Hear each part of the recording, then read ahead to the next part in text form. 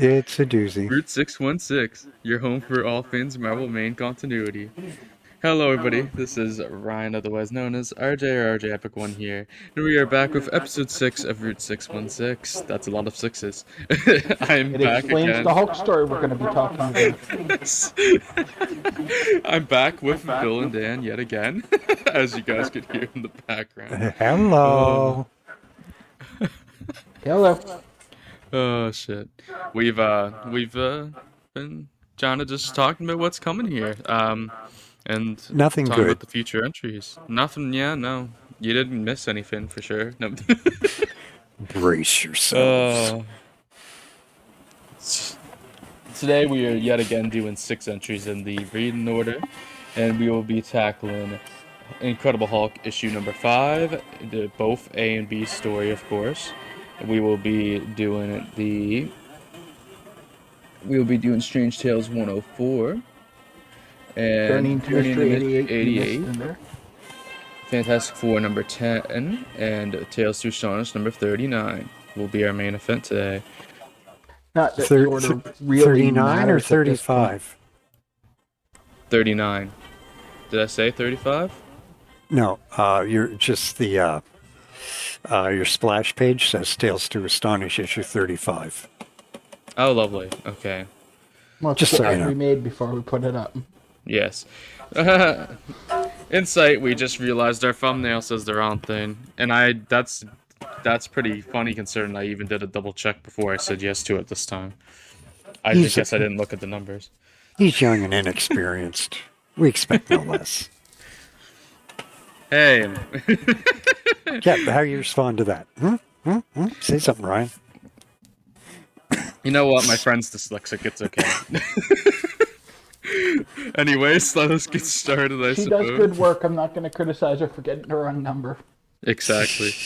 We're going to jump right into Incredible Hulk issue number 5, the first story we are tackling today.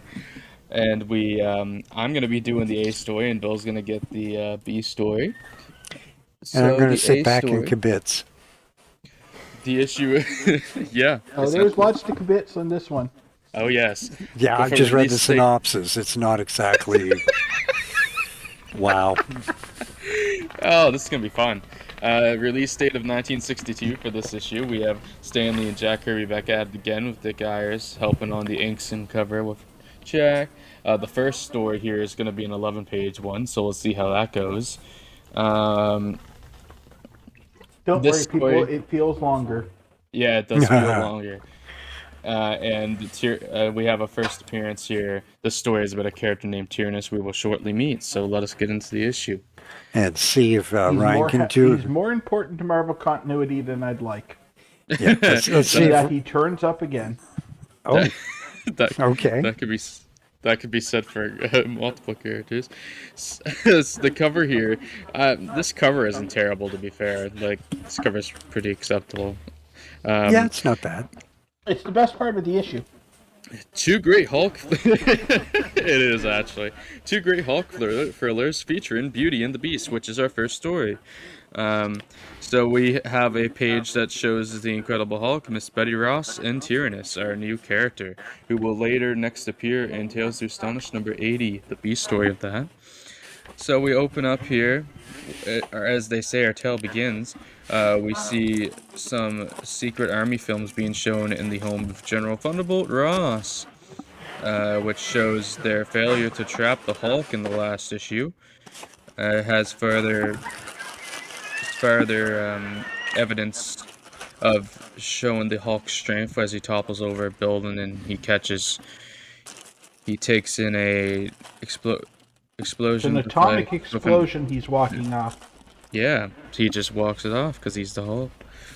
And so Thunderbolt Ross is like, that's what I'm up against. And he's like, it's my job to catch this rampaging monster no matter how powerful he is, and I want him stopped. I can't do it alone, though. I need scientific help. And he's saying this to Bruce Banner as we see him sit in the room next to Betty Ross, and then we see Rick Jones at the end. And Bruce is like, I can't make any promises, but I'll do my best to think of something.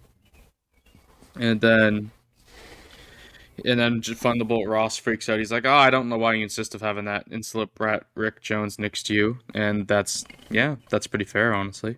I wish they had done more with this conflict going forward of Ross expecting Bruce to catch the Hulk, because that could have actually been good. It could have been, honestly. But the book got canceled before they really developed it, and then they had forgotten about it by the time they brought the book back. Yeah, for context, everybody, this is the second last issue of Incredible Hulk in the original run. It's only 6 issues, so this is the second last issue before it gets canned.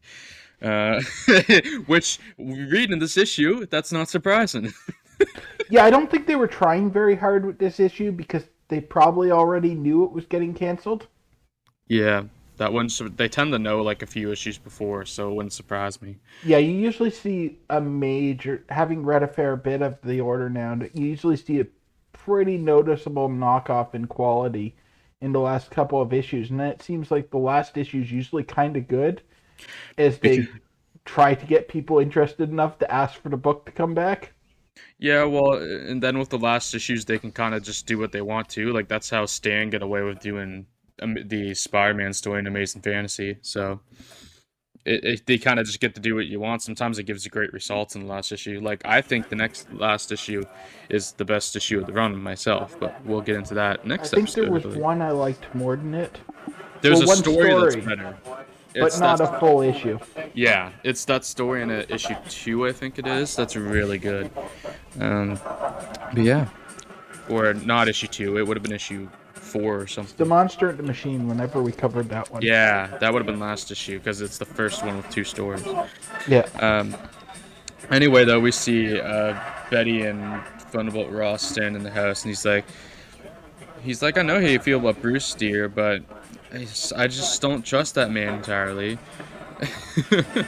He's too closed-mouthed and secretive, and Betty's like, he has to be secretive, Dad. He works on top secret weapons projects, and then well, duh. So Ross is just like, yeah. There are 2 semi-contradictory problems with this panel. First, Ross having the problem with a scientist working on top secret weapons testing being secretive. And second, the fact that they don't tell Ross what the fuck Banner's working on when Ross is in charge of the entire missile base. Yeah, well, yeah, I guess we can count the military, and first Stan doesn't understand how they run. He does a better job depicting the military than most things, I think. I have friends who are in the military, and that's fairly believable. Okay, well, there we go. It shouldn't be that way, but I've heard enough stories that it quite often is, where they just don't, half the people don't know what the other half are doing because of, like, different change of commands and stuff not interacting. Fair. That kind of makes sense, actually.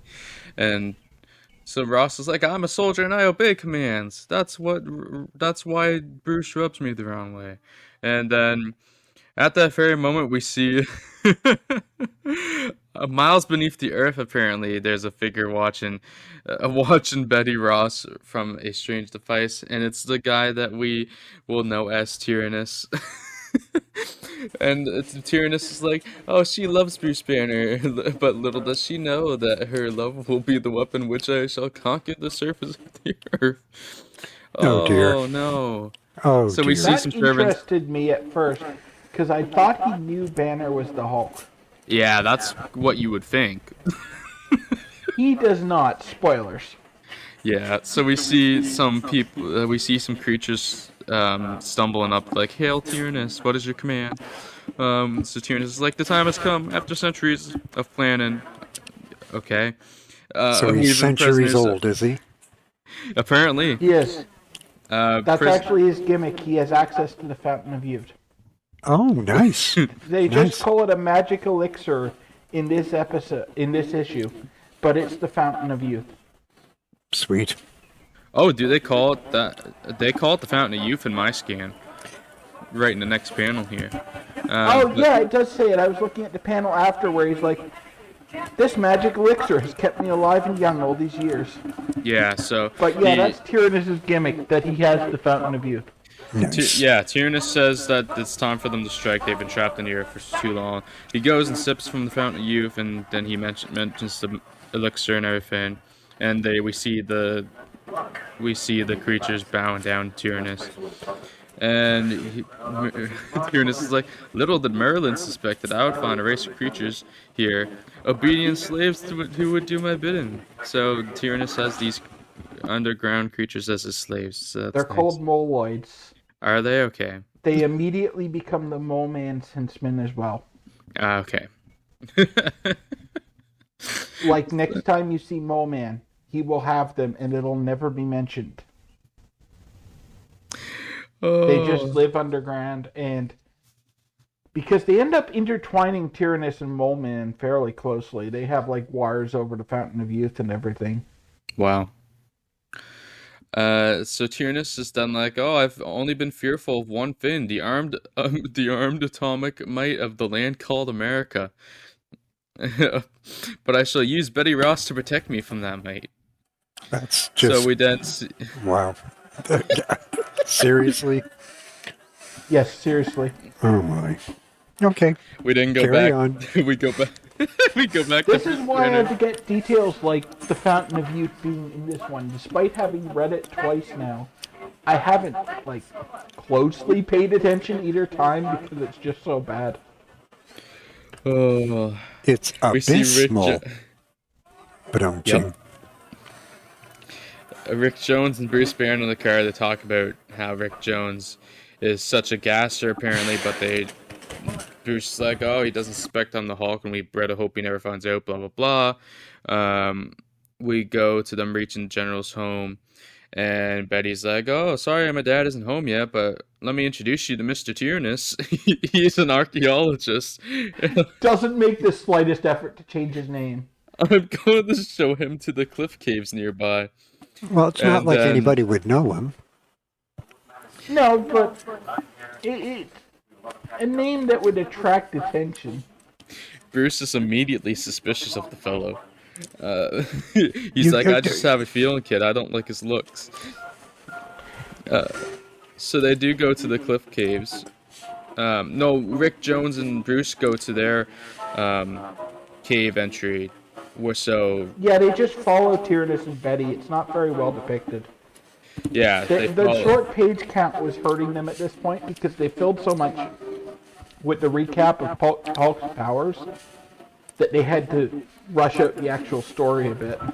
Oh yeah. Because So we're they, almost halfway through the book already. Yeah, they follow, and they see that there's a giant boulder in their way. So Tyrannus has Betty to his whims. So they go back to their cave so Bruce can turn into the Hulk. But in between that, we also see how Tyrannus has Betty, and they see a machine where he flicks on the switch, and they see General Ross freaking out about where Betty could be. Yeah. This begs the question. Why does Tyrannus have like a robot machine? Everything, I mean, granted this is his debut issue, but everything they've depicted of him so far is like classical era technology and just lots of slaves and like faint mysticism with like the crystal ball that he was using to observe from earlier. And all of a sudden he has a high-tech machine. They clearly have no actual idea what they want to do with Tyrannus. No, because it's a mix of future technology and magical technology from the ages of Merlin. It's all fucked up. Yeah, they don't know what they're doing with him at all. So we see as the strange machine reaches the destination that's supposed to wreak havoc, we see the Hulk come in and destroy it.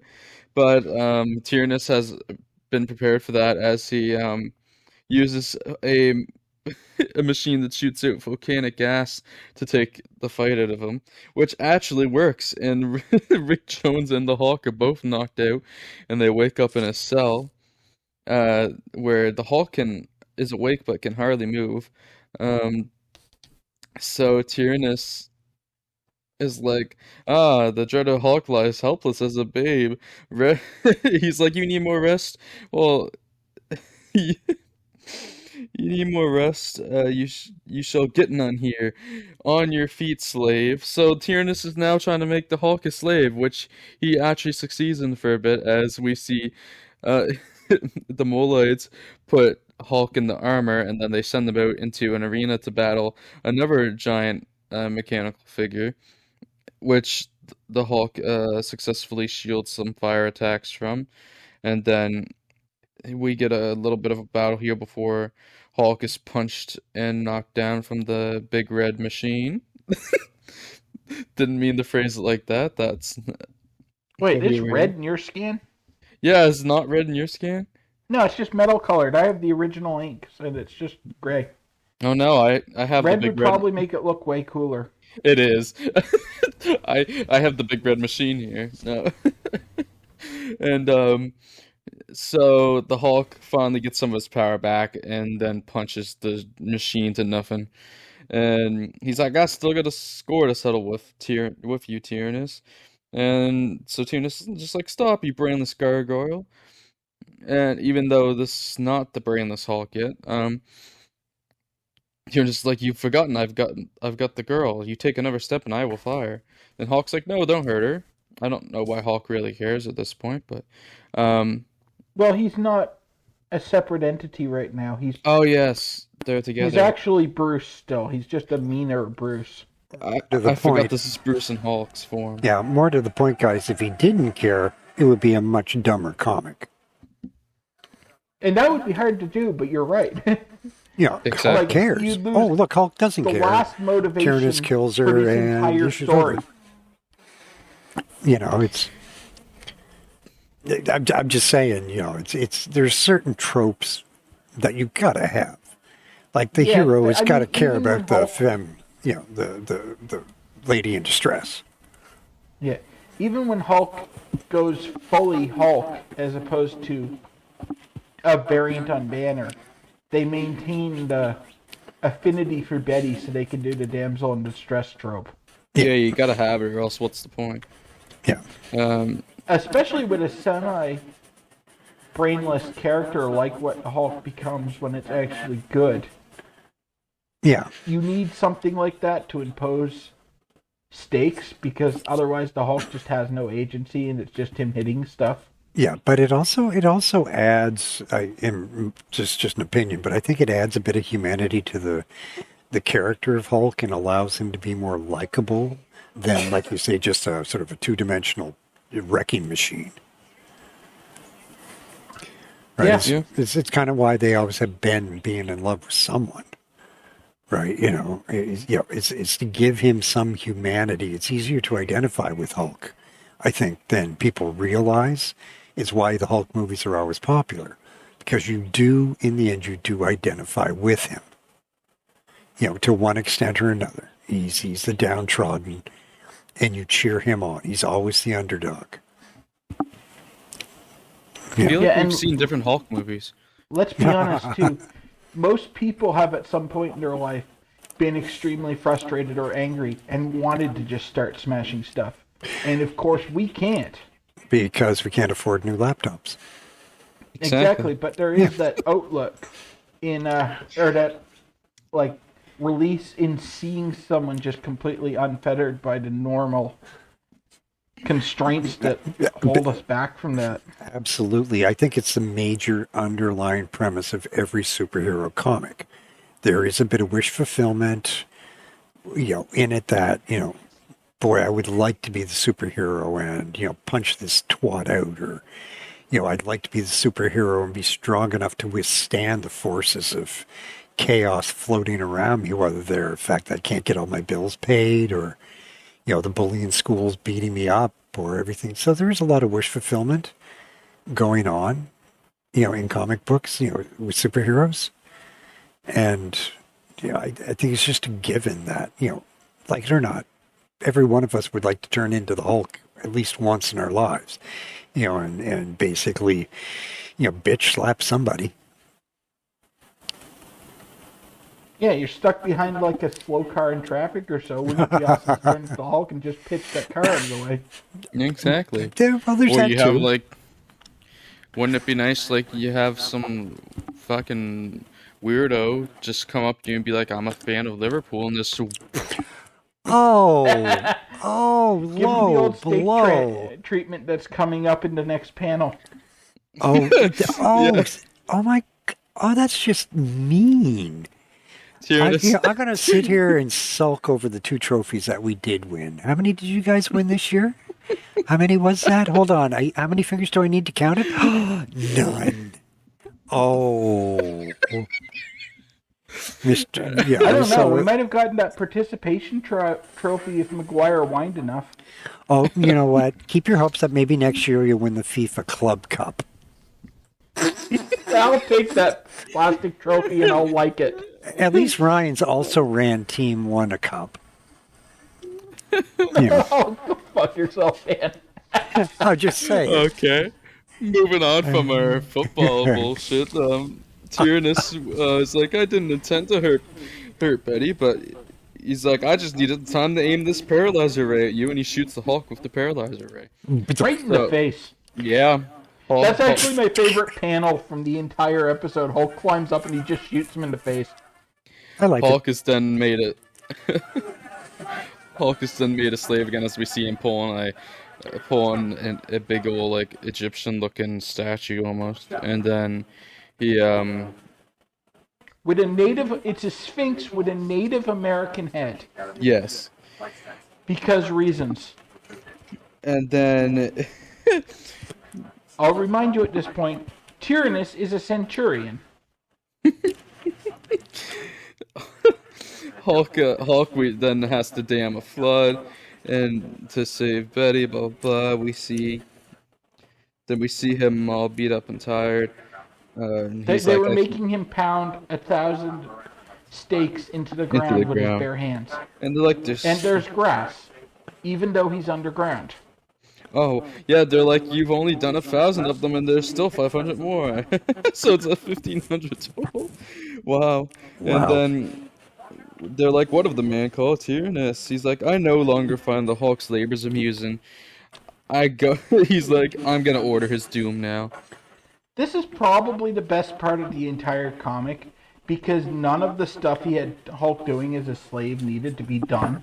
He's just doing it to fuck with him. So Then we see a guard has I'm sorry. So literally the synopsis you guys have broken down into lately is just reading the whole comic. I'm trying not to, but there's a guard that comes and grabs Betty, saying it has to bring Tyrannus, but we learn it's Rick Jones, and we see Hulk in a cell, blah blah blah. Hulk breaks out of the cell. There's just a lot that happened earlier on. The end of the story here is a lot of jumble that I don't need to talk about. There's the Hulk knocks down the whole like castle area he's within, and Kinda it pulls falls a all over Samson Tyrannus and thing. his troops. Falls over Tyrannus and his troops, all the rock formation, and then they escape with Betty. And yeah, Betty mentions how she's scared of the Hulk, and the Hulk's like, "Let her fear me." She goes, "I'm no good. They're only humans, but I'm the Hulk." Blah blah blah. Yay! That was the A story. That was 11 pages. That's part of the problem with these stories. They're so information dense. Yeah, It's but like reading a Claremont X-Men fucking story. Trying to it get through wasn't the- that bad. I'm not sure what you guys don't like about it. It's not that horrible.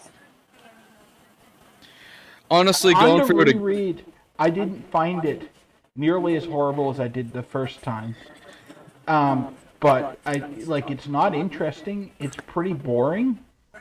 True, but it takes there's Hulk out. nothing standout or unique about Tyrannus. They've already done the underground civilization with the Mole Man.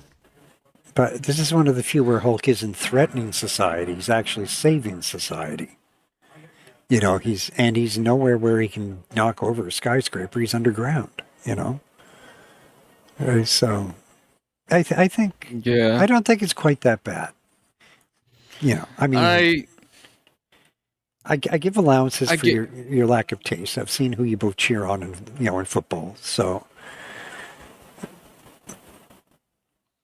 I gave it 1 star originally, but I'm gonna no sell that. I gave it 1 star originally, but on going through it again just now with this review and this conversation about it, I would probably give it 2 stars instead of one because while it is boring as fuck and not a good story, yeah, it's yeah. not really overly offensive or anything to the point that it really deserves the 1 star. Yeah, that's the exact arc I had with this one on my second read through. It was dull. I didn't care. There were no real stakes. Okay, Because, yeah, that is a fair fault. You There are never no. felt like Betty was actually in danger. And when Tyrannus did capture the Hulk, he didn't use him to attack humans. The humans weren't attacking Tyrannus where anyone could die in the crossfire or anything. He just fucked with the Hulk. Yeah. And like they've already established at this point that nothing Tyrannus is going to do can actually kill the Hulk. Like he's resolved to kill the Hulk, but they showed in this comic Hulk catching a nuclear bomb and it exploding in his face. Oh yeah, literally at the start of the issue they showed that. Yeah. And keep in mind too with this issue, this is technically the main story. The next one is like the backup extra story, more or less. Yeah, because we haven't gotten to the two characters where they're equally important. Yeah, exactly. So yeah, that was the A story. It is what it is. It wasn't anything Yeah. important. Yeah, you're right. It's not that important, but I don't think it was as horrible as you guys originally said. Oh, I agree. It was rereading it. I hadn't looked back at my ratings, Yeah. and I had in my head that I had given the B story 1 star because on rereading that one is still terrible. And so I feel like I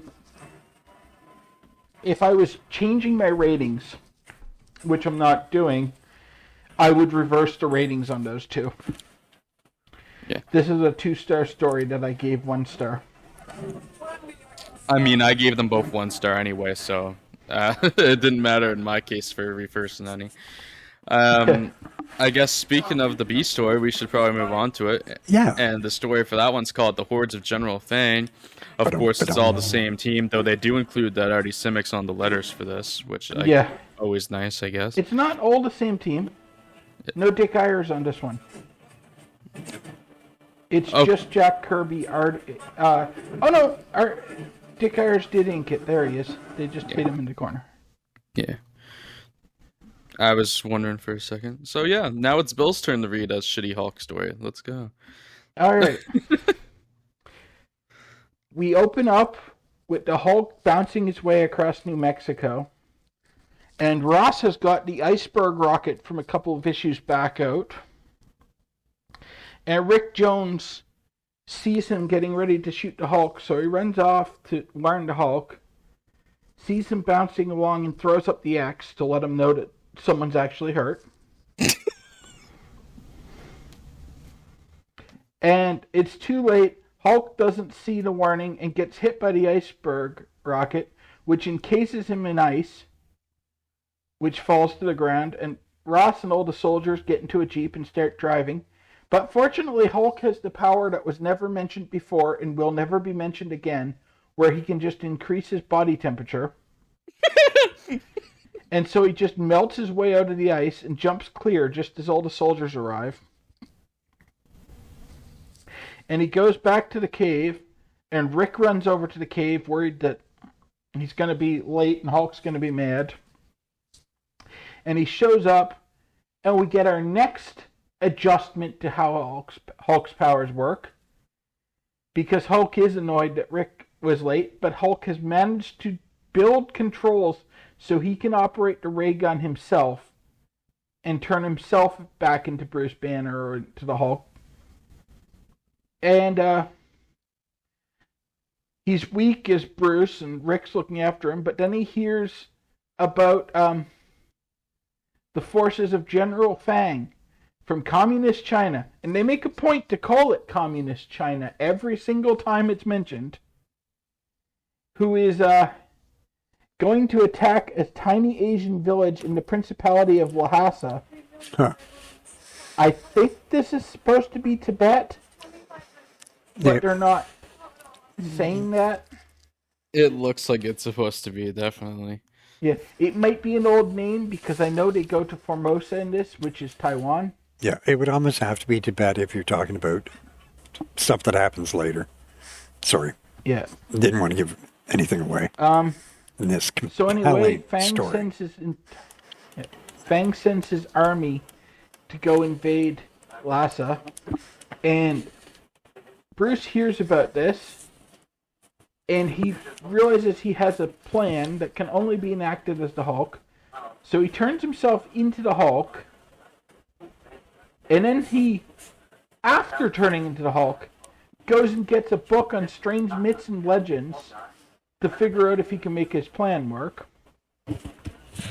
And then he and Rick have to board an airplane and fly to China, but he gets caught halfway and has to jump out of the plane and bounce across the ocean on the islands, which begs the question, why was he trying to fly a plane in the first place?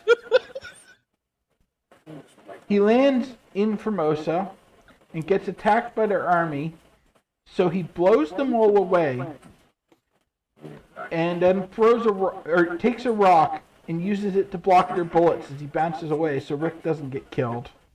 Oh, that's good of him. Yeah, it's actually probably the most caring Hulk has been towards Rick in this entire series. And Bill hates him for protecting Rick. Oh, at this point, Rick hasn't really started to annoy me yet. It's only once he becomes a professional sidekick that he's an issue. He randomly destroys a couple of MiGs because they had a panel to fill. And he bounces his way into the Himalayas, where he lands and dresses himself as a Yeti. At which point you look at the box, the Yeti costume came in and it says Acme. Because he ordered it from the same place that the Wile E. Coyote gets all his stuff. Most likely, yes. Magically appears. It looks like some Wile E. Coyote shit. Yeah. It's pretty impressive that he managed to find a Yeti suit in Hulk size. You know what? You're right. That is You're actually right. quite impressive. Because I'm telling you right now, Coco would not be making Yeti outfits in Hulk size. She just wouldn't. And then he, well dressed as a Yeti, throws rocks and trees down onto Chinese tanks, who have the Soviet Union hammer and sickle on them. Ooh. Because Stan can't tell communists apart. Ooh. So we get the bonus extreme racism paired with countries using symbols of different countries. Because I've glossed over it. But this is one of the most racist depictions of Asian people in the main order. This is like straight out of World War II. I'm going to throw a little something into this mix here and say it may not have been completely accidental that he did that. That he put the hammer and sickle on them. Yeah. Oh, it definitely wasn't. It's the symbol that the readers would recognize. Yeah. All right. I suspect it may have been very deliberate. Oh, I'm sure it was. I just like to make fun of it because yeah, no, I live no, in an area or in an era where I can afford to be a smart because I have the pocket internet to look these things up. Fair enough. The Hulk then beats up more of the Chinese soldiers. The Chinese decide that it must be a trick, at least General Fang does. The rest of them are scared because they think they're being attacked by the abominable snowman. General Fang gets out in a projector that projects a dragon attacking him. Hulk attacks the dragon. He's gotten out of the Yeti suit at this point. And lands in like an electromagnet trap. Ooh. Good thing they had that ready to go. Yeah, it's convenient, isn't it? Yeah. Probably said, General hey, Fang look, up there on realizes the he- cliff, there's a Yeti suit. I wonder if somebody's going to wear it. We better bring our electric barrier. Yeah. Fang reveals that he knows it was the Hulk. And then, now that he's caught the Hulk, he's going to launch a whole bunch of missiles at Lhasa. But fortunately, their trap requires a lot of electricity. So Rick fucks with the wires and short circuits it, allowing Hulk to smash his way out of the trap. And he grabs all the missiles, throws the missiles in front of the Chinese cavalry, and opens up a giant chasm. So then General Fang calls in his army of paratroops. And at this point, I'm going to remind everyone, They're this dropping is from the happening well skies. above the snow line in the Himalayas. Ryan knows what's coming. So the Hulk goes to the nearby forest and bends over all the trees so fast that when they snap back, they create a giant wind that disrupts all the paratroopers. That's definitely creative. It Once is. again, we are above the tree line, and Hulk has used the forest to create a windstorm. Despite the fact that it was displayed earlier in this comic that he can just blow really hard and create a windstorm. I have issues with this comic. So Fang tries to escape in a jeep. And Hulk, who has been established many times to be able to travel faster than vehicles, can't catch the jeep. At least not without tiring himself out. So instead, he gets a giant rock and blocks the geyser that hasn't been mentioned before. That's right there. Ooh. And so the geyser water all goes shooting under the road and bubbles up exactly where the jeep is, Wow. shooting General Fang up into the air where he can be caught by the Hulk, who was in fact chasing the jeep. And the Hulk bounces across the water, lands back in Formosa, abandons General Fang there, and then goes back to America and prepares to turn himself back into Bruce Banner. And the story ends. Well, About your point about this being the backup, Ryan, this is actually a longer story at 13 pages. I know it's the longest story, but it's not the one they promote on the cover and stuff. Well, yeah. And they normally I open with wonder the main why. story. And they normally This open is with the not main a story too. you promote. I don't know what I was thinking giving this 2 stars the first time through, because this is absolutely terrible. Oh, I gave it a 1 star the first time, and I stick to that. But this was fucking hilariously bad. Oh my god. I think that might have been what got it the 2nd star, is just that it makes so little sense at times that it's actually funny, like the randomly appearing forest just so that the Hulk can create a Oh my wind. God, I forgot how like ridiculous the story was. I didn't think I'd be laughing so much through this whole thing. I was looking forward to this one being recapped just because it's so stupid. it's not exactly. Oh, Aside from the fact that it doesn't make any freaking sense at all, and it's no, it doesn't. And I know. Rick has turned into the MacGuffin of the series, right? He just happens to be in the right place at the right time all the time. How the hell he got to wherever to hotwire the cage? Like snuck through an entire Chinese army to do this. I mean, Rick should be the real hero here, don't you think? Well, he was dressed as a baby Yeti. Oh, I glossed over of that course. point because they never really made a deal of it, but he also had a fuzzy brown suit on. Oh, so he brought a They Yeti just suit told with the him as brown well. suit, but he looked like a baby Yeti, and he wore it far longer than Hulk wore his. Okay, but So maybe the Chinese ran away from it because they were scared of the Yetis. it could be.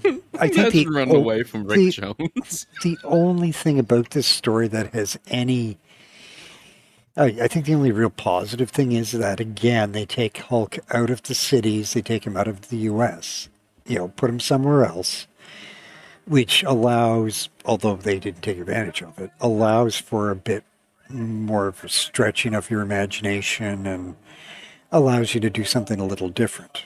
He just didn't Yeah. do anything different. There have definitely been, or will be, I guess, coming up, good stories where the Hulk just fights the military for the entire issue. Like, there's this little arc into the rebooted Hulk series down the road where he gets captured by the Russians and escapes, and there's one issue where he just destroys like an entire regiment of the Russian army. And that one's actually good, so this story could work. They just, instead of just letting him cut loose on the troops and have this giant rage monster destroying people that are completely unequipped to deal with him, but it's okay because they're bad people, which works. They filled it with all this bullshit about him going to recognizable places, like there's a panel where he flies over Angkor Wat. Yeah. And, like, they have the whole thing with him going to Taiwan just to establish that Taiwan exists. So when he dumps Fang there at the end, people are like, oh yeah, that was already mentioned.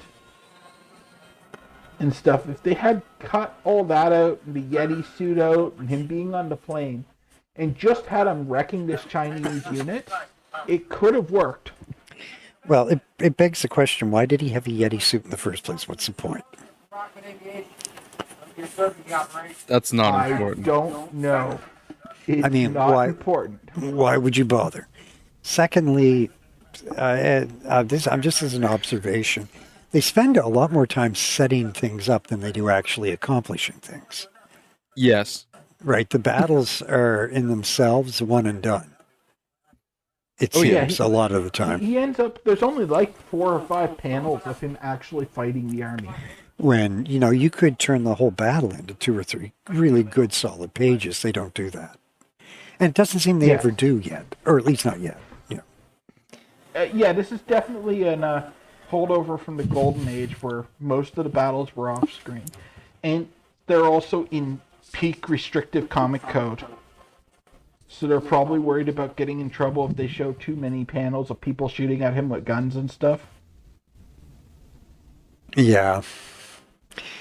Yeah. I just, like I say, it seems to be a lot of setup for very little payoff. I think that's the problem we're running into with these series. And I've seen it with a number of titles so far. It's this huge setup and this itty bitty payoff. Yeah.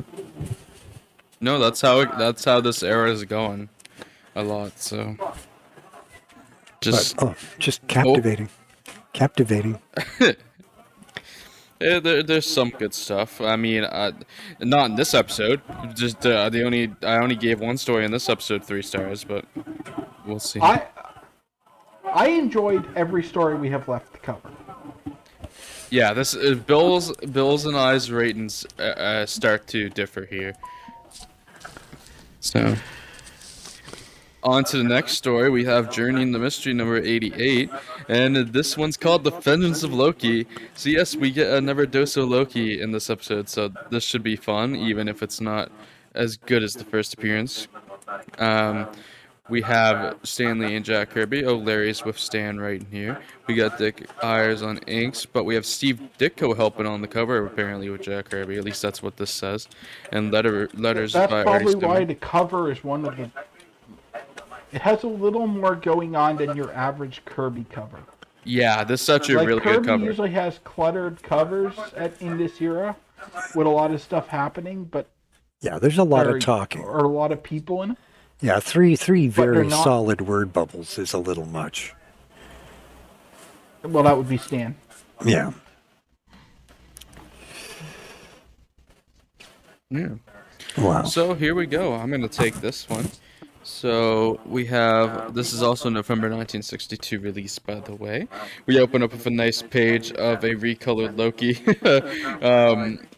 stand in front of Thor, who's swinging his hammer just around his head. And we get a bubble that says, once again, Loki, most dangerous of the Norse gods, returns to give the mighty Thor his greatest challenge. We open up here. Oh, we get a recap of what happened last time and how how Thor threw his hammer and left Loki on Asgard to be taken care of by Odin, and we see a panel where Odin's like, "Oh, you will remain here forever," and then we see Loki cannot forget his bitter taste of defeat. Blah blah blah. One sec. Can you continue this, Bill? Sure. So Loki is furious that he's been dumped back on Asgard.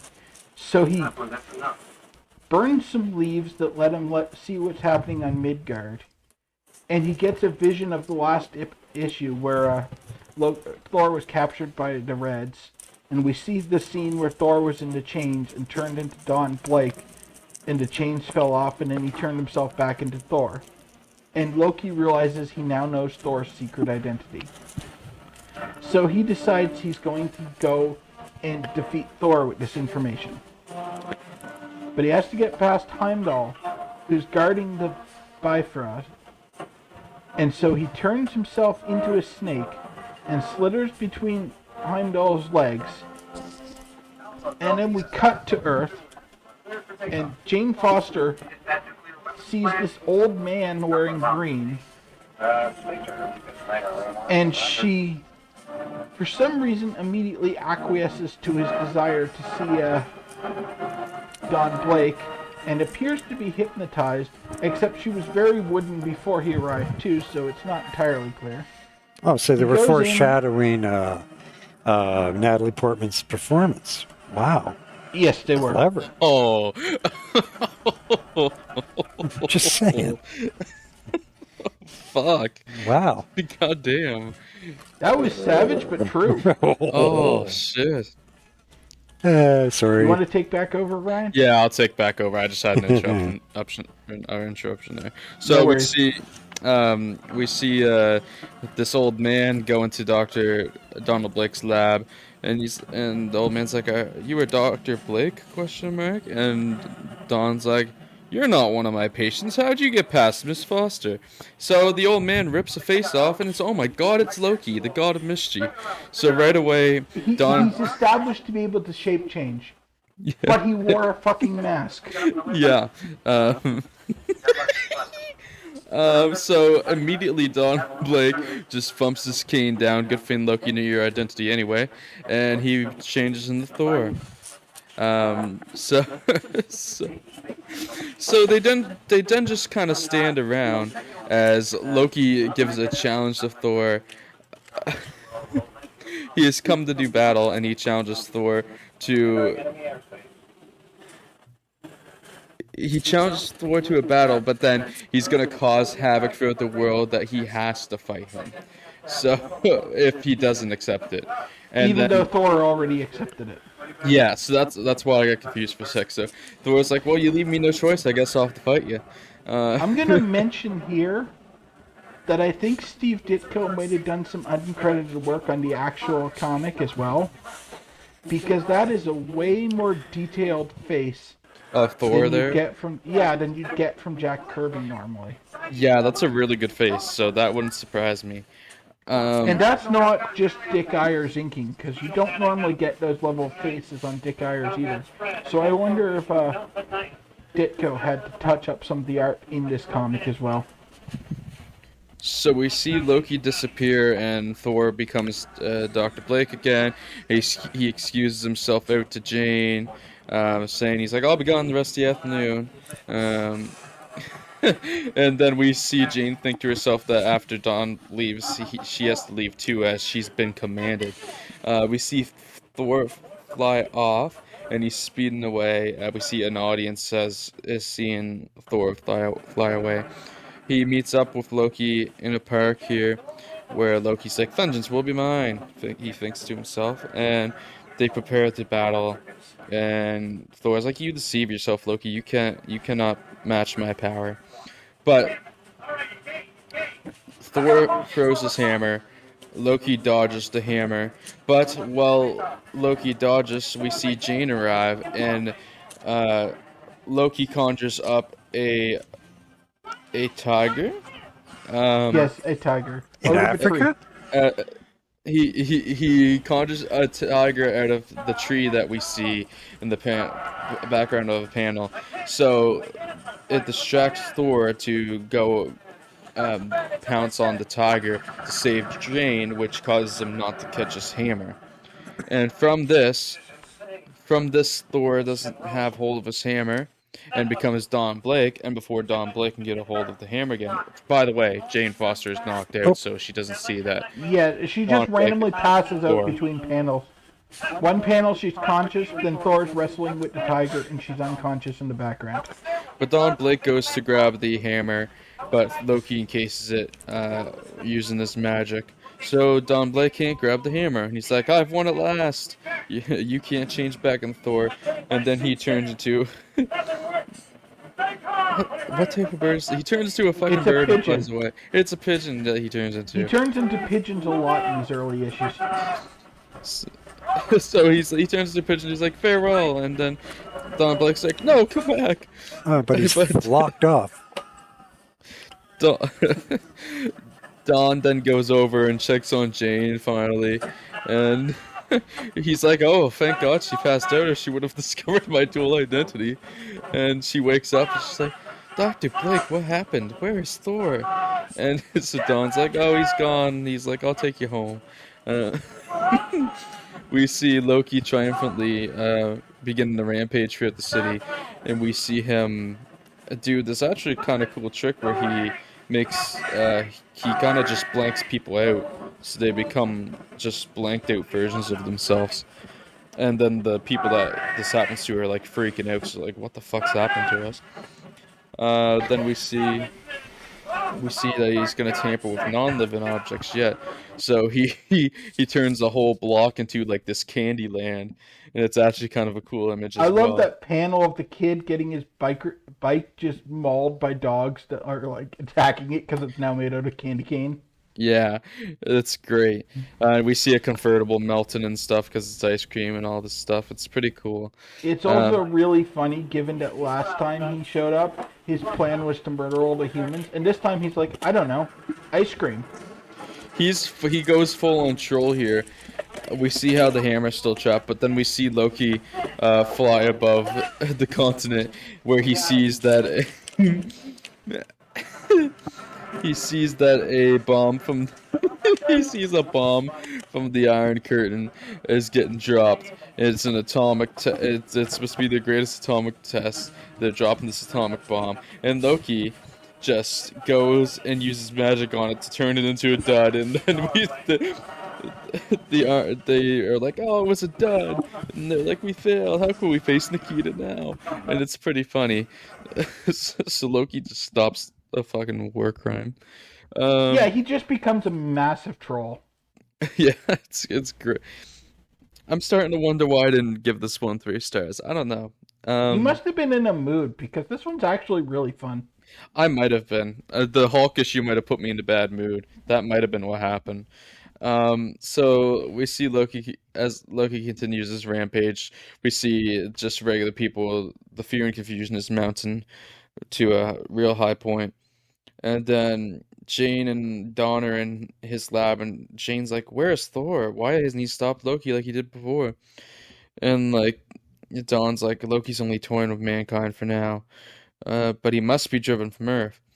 And then we see the military try to stop Loki, but he he spawns a ton of pigeons to just carry their bazookas and assault rifles and everything away from them. And then we see Don Blake gets an idea. So we go to the next day where a guy is giving out a newspaper that Loki happens to hear. And he's like, "Extra, Thor vows to defeat Loki before the end of the week." And Loki's like, "Thor, but that's impossible. He can't get a hold of his hammer." He's like, "The hammer's... So I better go check on the hammer," which is what Loki does, where he comes across Thor standing there. He's like, "Thor, you've regained your hammer, but how?" Um, he's like, "I must remove the force field so I can see what happened with the hammer." And then, right then, Don Blake runs out after the force field is taken down and grabs the hammer. I should point out, up until this point, the force field has been translucent. Yeah, It Yeah. just becomes not translucent when they require it, so that Loki has to take it down. Yeah, I know. I think that annoyed me when I was first reading this quite a lot.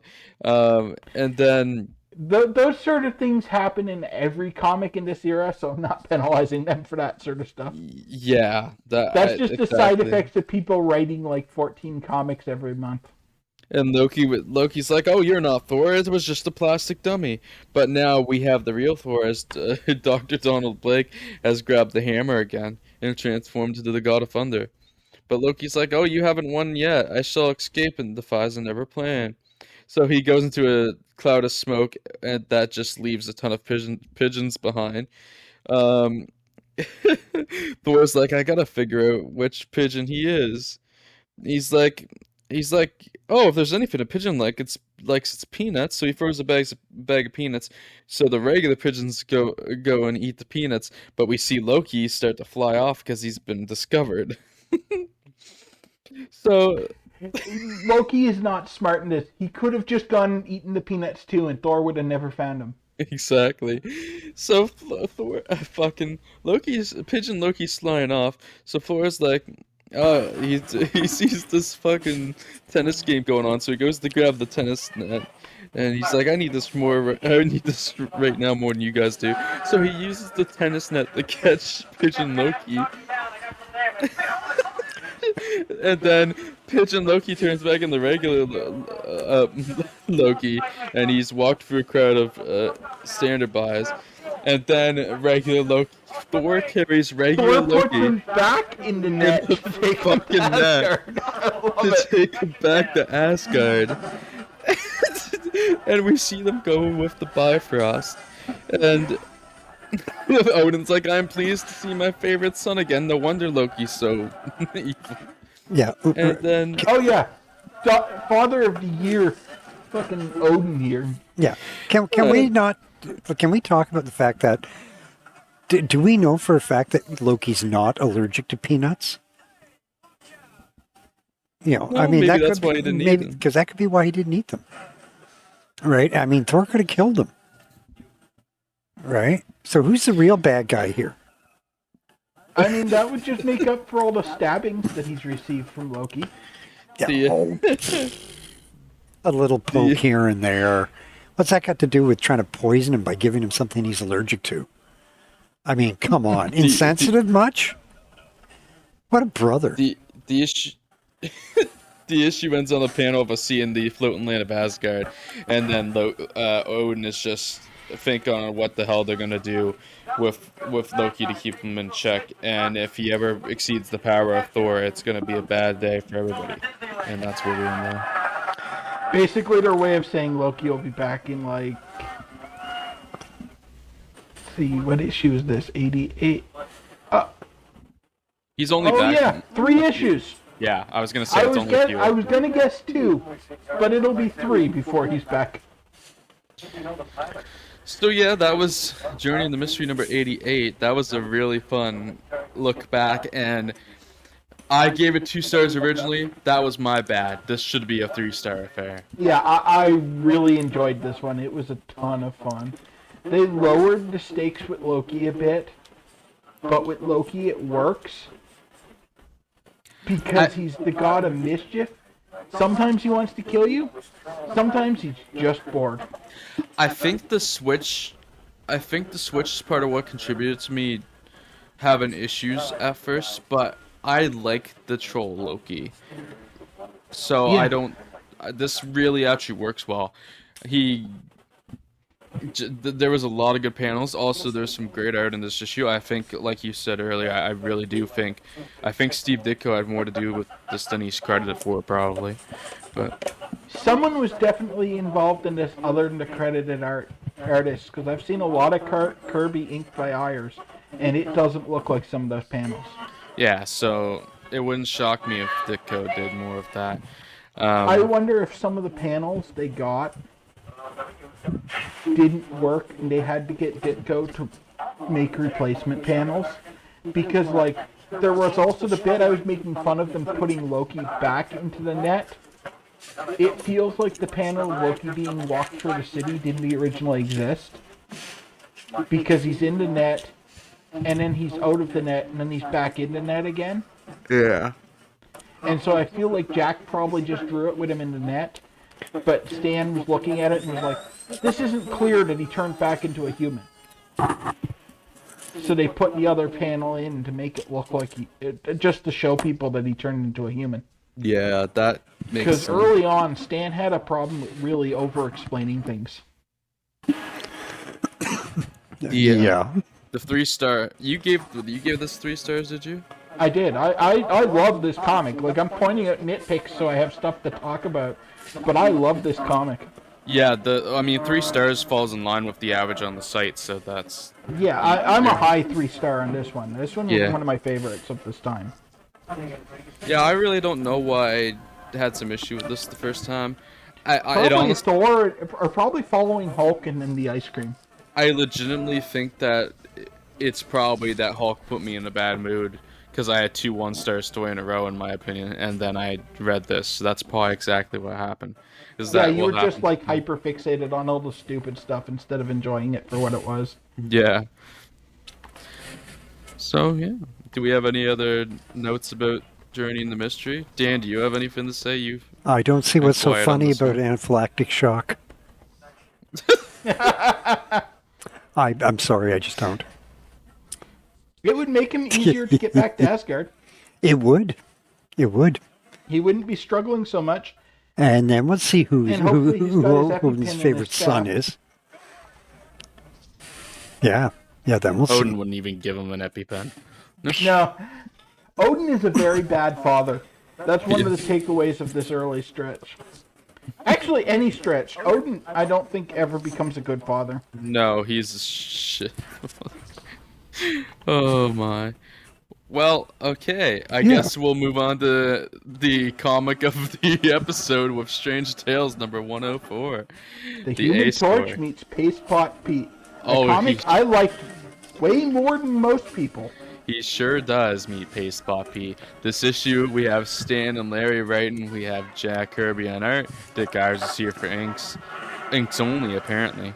And lettered by Artie Simic. This is an October 1962 release, so this technically came out before the last, couple entries, but whatever.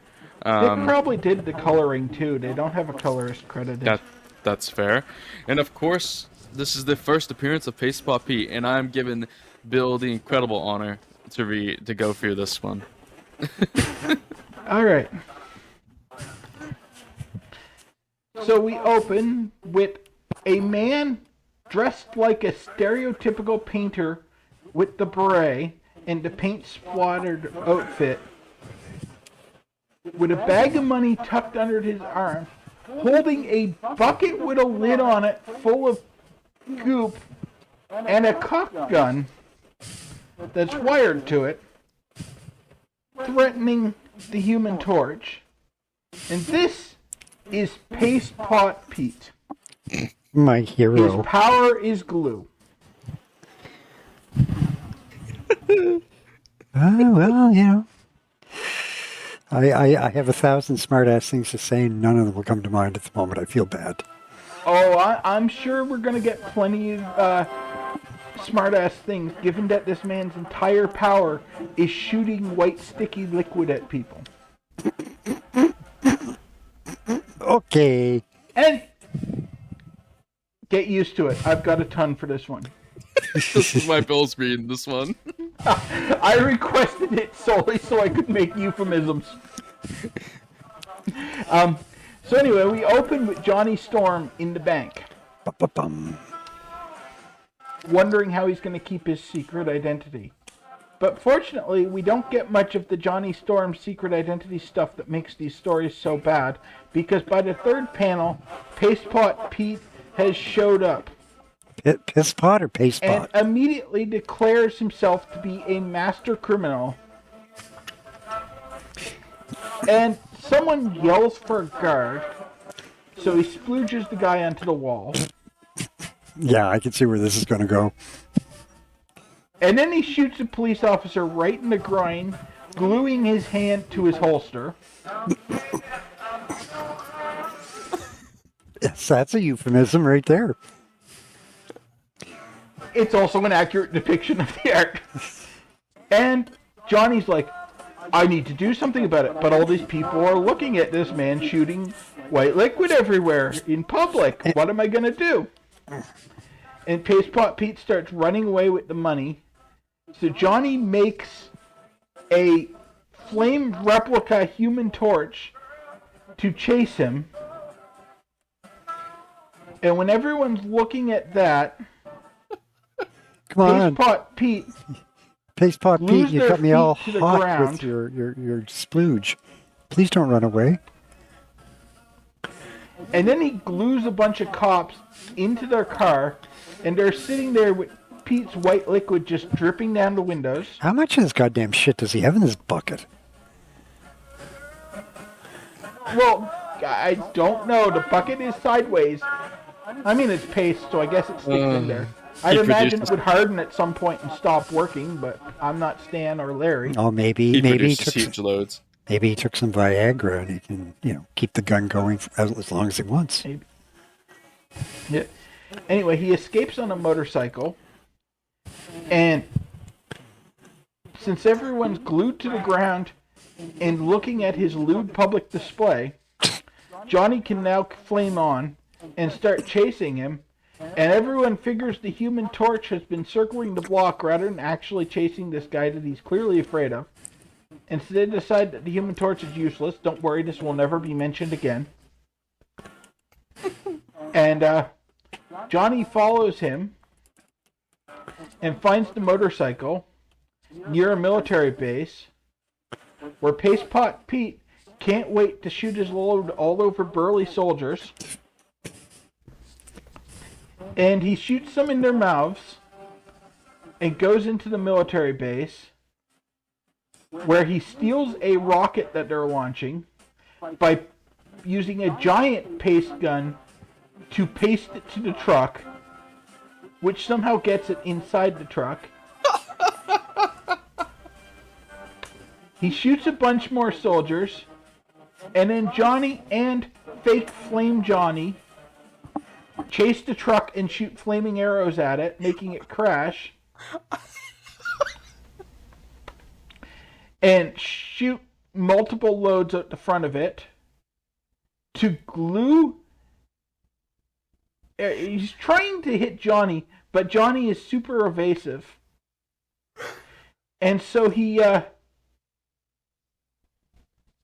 glues onto some planks that he makes a bridge over a gully with and drives his truck away.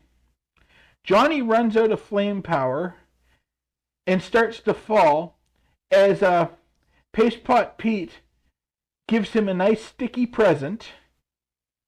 Yes, that phrase is in the text of the comic. That one's not me.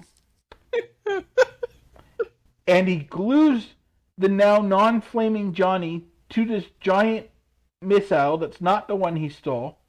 That missile is launched, and Johnny can't figure out how to escape it because if he flames on, the warhead he's pasted to will explode. But then he remembers he has the ability to control his fire and make it into different shapes. So he lights just one finger on fire and carefully cuts through the goop, freeing him from the missile just before it explodes. So he flames on, goes back after Paste Pot Pete, and melts his truck. And Pete goes to shoot another load at him, but Johnny ties his tubes. And so he drops his bucket, and he has one shot left. And he's trying to figure out how he's going to get Johnny with that one shot. But he realizes that that would ruin him, and he'd be caught. So his one small shot, that's all he has left, he uses to shoot at a jet plane flying presumably at cruising altitude, even though it's drawn like 20 inches above the ground. And flies away, stuck to the back of this plane. And so Johnny runs to the control tower to radio the plane to come back.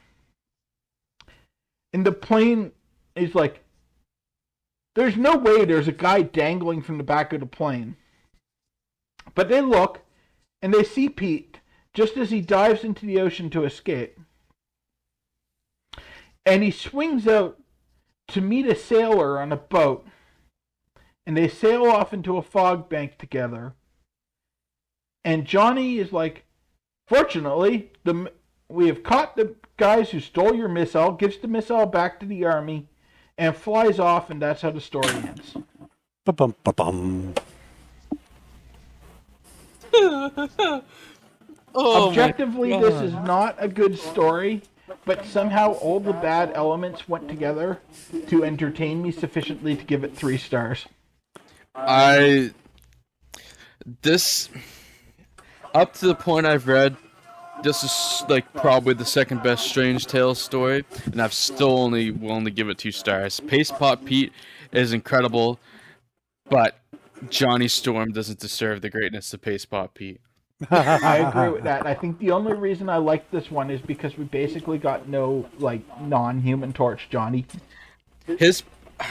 I think part of the reason I couldn't accept giving this one 3 stars is because he's still one of my biggest pet peeves of the most ridiculous use of power so far for this whole read through we've been doing so far is when Johnny Storm makes a goddamn fire duplicate. I tap out. You can't get me with that one. And I mean, you do not need to defend giving this 2 stars. Objectively, it's a 2-star story. The average on the site is 2.18. I'm with the average, yes. I just marked out because of Paste Pot Pete, who's one of my boys. Oh my. Yeah, I think Paste Pot Pete's our new hero. Yeah. Seriously. I unashamedly love Paste Pot Pete. He's one of my favorite early Marvel era villains. If they don't bring Paste Pot Pete into the MCU, I'm personally going to go bitch slap Kevin Feige. Now that they're bringing in Fantastic Four, he probably will, because there's no way they're not doing Frightful Four. That is Except true. he might be called the Trapster. He'll be called the Trapster, but the Trapster is absolutely Paste Pot Pete. Yep. Oh yeah. And they've established, and I don't want to give too many spoilers away, but they have established now that the MCU is 616. I thought this was officially not. Nope. I believe it has its own designation. I'm a couple of films ahead of you guys, so I don't want to give spoilers away. Let's just say it is officially 616. They do. Well, that's going to shake the order up quite a bit as all the stuff from the cinematic order gets incorporated into this one. Then that comes up in Doctor Strange at a certain point. I don't know how it happens, but there's people arguing. Even the actress of Miss Marvel argues that it really isn't. But I think that's going to be retconned out because there's stuff they do in the movies that establish 100%. It is not 616. I think they did it because they wanted the argument. I think they thought it would be cool to have a designation for, because even if it's 616, it's movie 616 and not. It's still separate from the comic. It can't be comic 616. I'm fine with them using that designation in the MCU, but it's not the same 616 because they have too many contradictions in stuff they've done with the movies. I think it's essentially one big nod because it can't be comic 616. It does not make sense. Okay, you guys know more about Marvel than I do, so I'm just. Yeah. Well, they've completely. Some of the characters in the movie are completely different from their comic compatriots, like Mantis, for example. Wait till you see Multiverse of Madness. Whew. Like Mantis is human in 616. Yeah. So the fact that she's an alien in the movies already establishes that this can't be the same universe. Yeah. Well, here we are. I guess we should stop talking about the movies and go back to these old ass comics. That's right. And we unfortunately have to wait 6 more issues for Spot Pete to return, as he doesn't return until issue 110 of Strange Tales. But we'll get there. Well, as long as we get him in the You start MCU. laying the groundwork for something big when he does come back. Mm-hmm.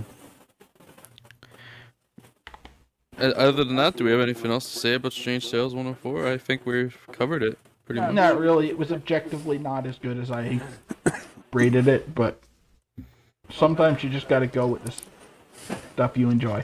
Sometimes you're just biased.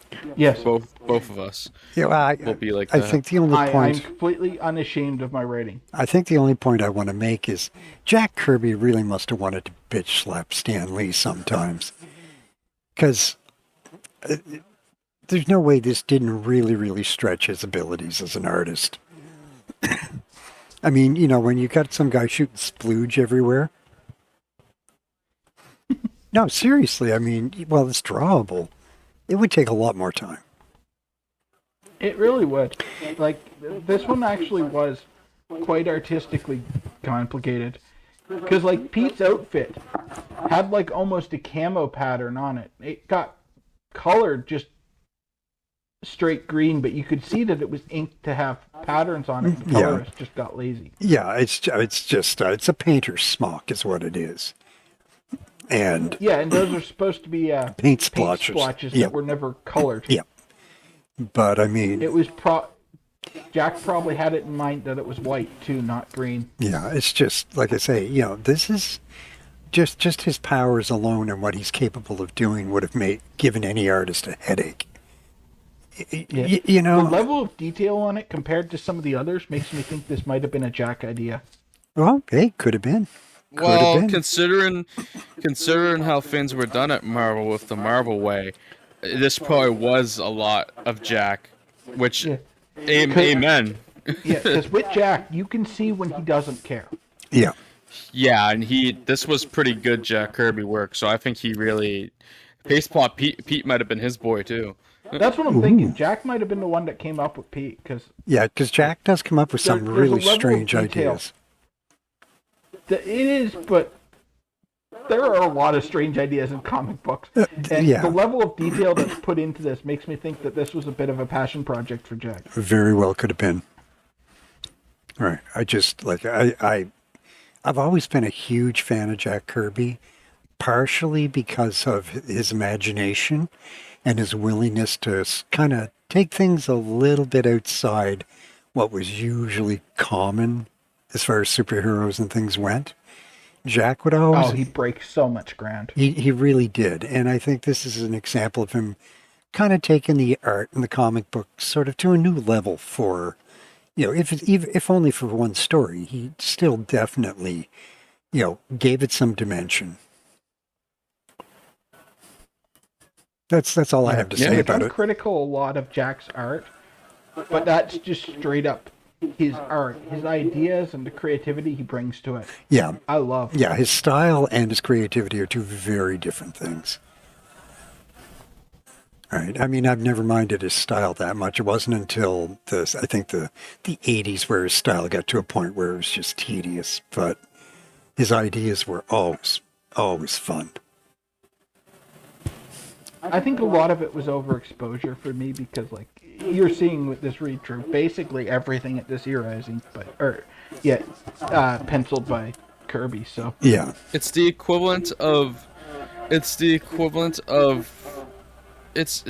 Kirby is to comics what John Cena became to WWE.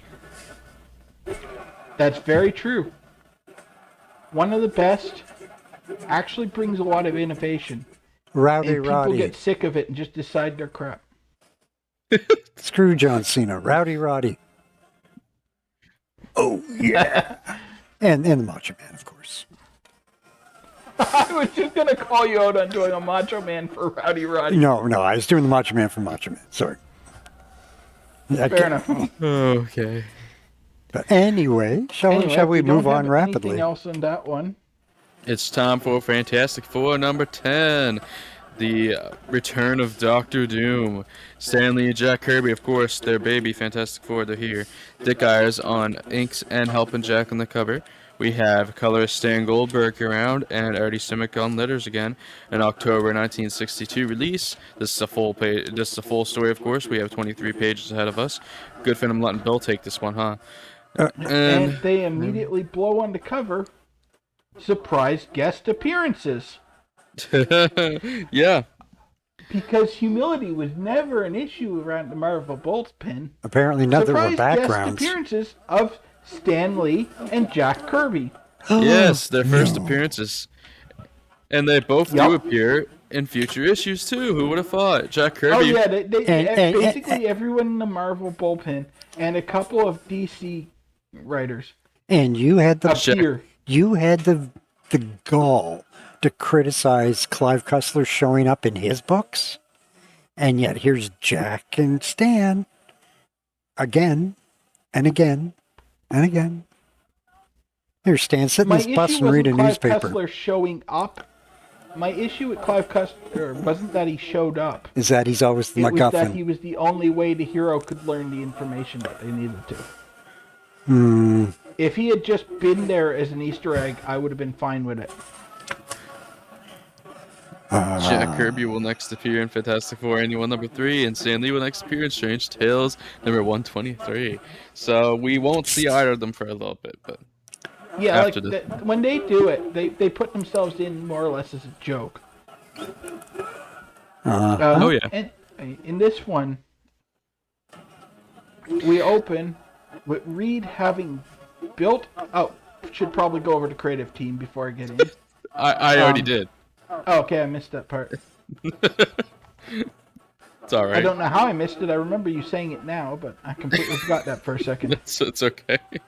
Anyway, so we open with Reed with a giant camera device that he's using to see if he can see Sue while she's invisible, which he succeeds at, removing her only useful power at this point. And Johnny is randomly on fire for no reason until they remind him that he should be. And so they get they see this fantastic flare from outside, and so they go to leave, but the door to their lab is stuck. Too bad And they they didn't have spend somebody big and literally a whole strong to page. open it. Who's not there? Oh, And so they spend a whole page trying to escape from their lab and convince Johnny to not accidentally blow themselves up by trying to just burn through everything. And they eventually escape. The entire point of that was just to call back to the Strange Tales story where Johnny was able to focus his flame on one finger and use it as a knife to cut through things because people reading Fantastic Four might not have known that they've given him that power. And Good for them. we get another whole page of comedy where the Fantastic Four cross the street in superhero fashion and cause a number of accidents. And they arrive across the street to see what the emergency Ben was signaling them about was. And it was actually just that Alicia made a bunch of puppets of their previous enemies. And they have a bit of a recap on Sue's feelings for Namor.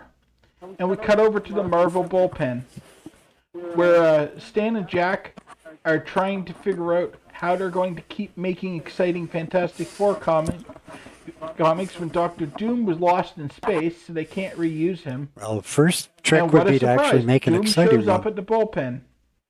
We should talk about this for a minute because this is where Fantastic Four starts to get really fucking meta, which really threw me off because we're in the fucking 60s and these comics are already getting fucking meta. Yeah, they actually consult with Reed about his adventures, and Reed tells them what to write so that they can publish Fantastic Four comics.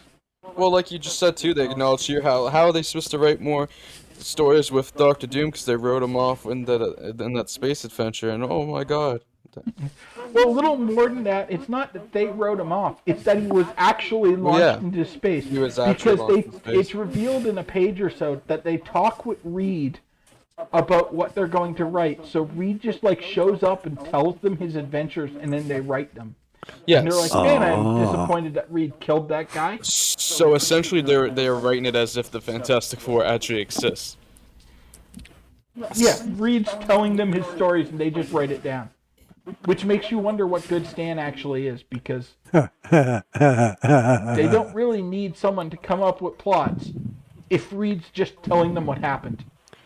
So Right. Stan accidentally owned the shit out of himself there. They should have just gone fully with that joke and give the writing credit to Reed Richards on this one. That would have been great, but that is a little too meta, I think, for this era. Anyways, we'll let you continue with the read through. So Doom shows up and threatens them into calling Reed and telling him that they need to discuss the plot more because they're having issues with it. And so Reed decides that if fine, he'll go over and help them. So he gets dressed up and he goes over to the Marvel office to help them out and immediately gets gassed by Doctor Doom, who kidnaps him and takes him to Latveria. They don't say it's Latveria, but he's back at Doom's hideout, so it's got to be Latveria. And Doom reveals to Reed how he got himself out of space, which is that he was found by a bunch of frankly embarrassing-looking aliens called ovoids that have eggheads but are not egghead. And they're so advanced that they don't believe that anyone could be evil because no one in their race is evil. So they take Doom back to Earth and let him go. And while he was on their ship, Doom stole a bunch of their technology. I'd like to point out that the ovoids are so good they don't appear again until Thor number 306. I'm disappointed that you just revealed they appear again. I had forgotten that part. I haven't looked back at appearances and stuff when I'm rereading them for this. Anyway, so one of the technologies that Doom had stolen, and the only one that's ever mentioned, so presumably it's the only one he stole, although they implied that there's more, is a device that lets him psychically turn into Reed and turn Reed into him. They describe it as changing bodies, but they don't actually change bodies. They change shape into the other person. It's very confusing, but they don't. But they're in the place they were standing as the other person, so they're not like mind swapping. And since he's now made Reed into Doom, he beats him up using his own powers for a bit. And then the rest of the Fantastic Four have figured out where Reed is. So they bust in and immediately start assaulting who they believe to be Doom. And Doom's like, stop beating me up, I'm actually Reed. But they don't believe him. Yeah, because that's kind of stretching it. Yeah. Oh god. I was going to no-sell that. Doom, as Reed, takes a bomb off Reed's body that, of course, Doom knew was there because he'd planted it earlier, and uses this to convince the Fantastic Four that Doom was plotting a trap and was going to blow them up with it. And Kirby does some fantastic work with his drawings of Reed in this section because he really looks demented. It's actually great art here. It's some of my favorite Kirby art. And so they take Reed and Doom's body and they put him in the basement of the castle in Latveria in this like plexiglass prison. And Doom as Reed assures them that there's plenty of air in there and that he'll be completely fine until they find a more permanent prison for him. And so they are all comfortable with this and leave. And as soon as they're out of the room, Doom's just like, oh yeah, you're actually going to run out of air in an hour. Sorry, accidents happen. And then he leaves too. And they go back to the Baxter building, and all seems normal for a while, until one day when Reed's apparently out, and a whole herd of various zoo animals, but tiny, come out of his lab, right when Thing's reading an article in the newspaper about how someone stole the zoo animals. And so they figured that it must be a coincidence and set around about trying to capture the tiny animals. And just then, Reed comes back, and they question if he's stolen the animals from the zoo. And so he's like, I need to come up with some sort of bullshit so that they'll believe why I'm having these animals. And so he tells them that he came up with a shrinking ray because in the past, dinosaurs were lord of the earth. But unfortunately, their bodies grew too large while their brains remained the same size. So they grew themselves out of existence. But if they had stayed smaller, their brains would have been much larger by comparison, and they'd still rule the earth today. And we get an absolutely fantastic panel of dinosaurs in spacesuits on the moon. And so Reed has this plan to shrink them down tiny and then blow them up, back up to normal size, and this will make their powers increase. And so he tells them about how awesome their powers will be after this happens, and they all believe him. And so they're all really excited, and each one of them wants to be shot by the shrinking ray first. And he's like, just give me a few more hours, and I'll be able to do all of you at once. And so they agree. And as soon as they leave the room, he starts laughing about how he tricked them, and how it wouldn't have gotten past the scientist. But to normal people, as long as he spews out something pseudoscientific sounding, they'll just believe it. And so he reveals that his plan is to actually shrink them out of existence. And we cut back to under his castle in Latveria, where Reed and Doom's body is trying to break his way out of the prison. And he can't get out until he takes off the mask and uses it to chip a hole in the plexiglass, but it's not remotely big enough for him to get out. So he takes the oxygen cylinders and sticks them in the hole and throws another one at them and uses that to blow them up. And so they blow the side of the plexiglass prison out. And he goes and comes back to New York, where he meets Alicia. And Alicia's almost convinced that he's actually a good guy. But it turns out Sue was visiting and just happened to be invisible. And so she knocks him out with a vase and takes his mask off. But then it's randomly back on, so that part doesn't actually matter. And the rest of the Fantastic Four show up, except for Reed, and they're going to beat up what they think is Doom. They take him back to the Baxter building. And Doom and Reed's body's like, oh shit, he's here. Now I have to act fast or they're going to catch on to me.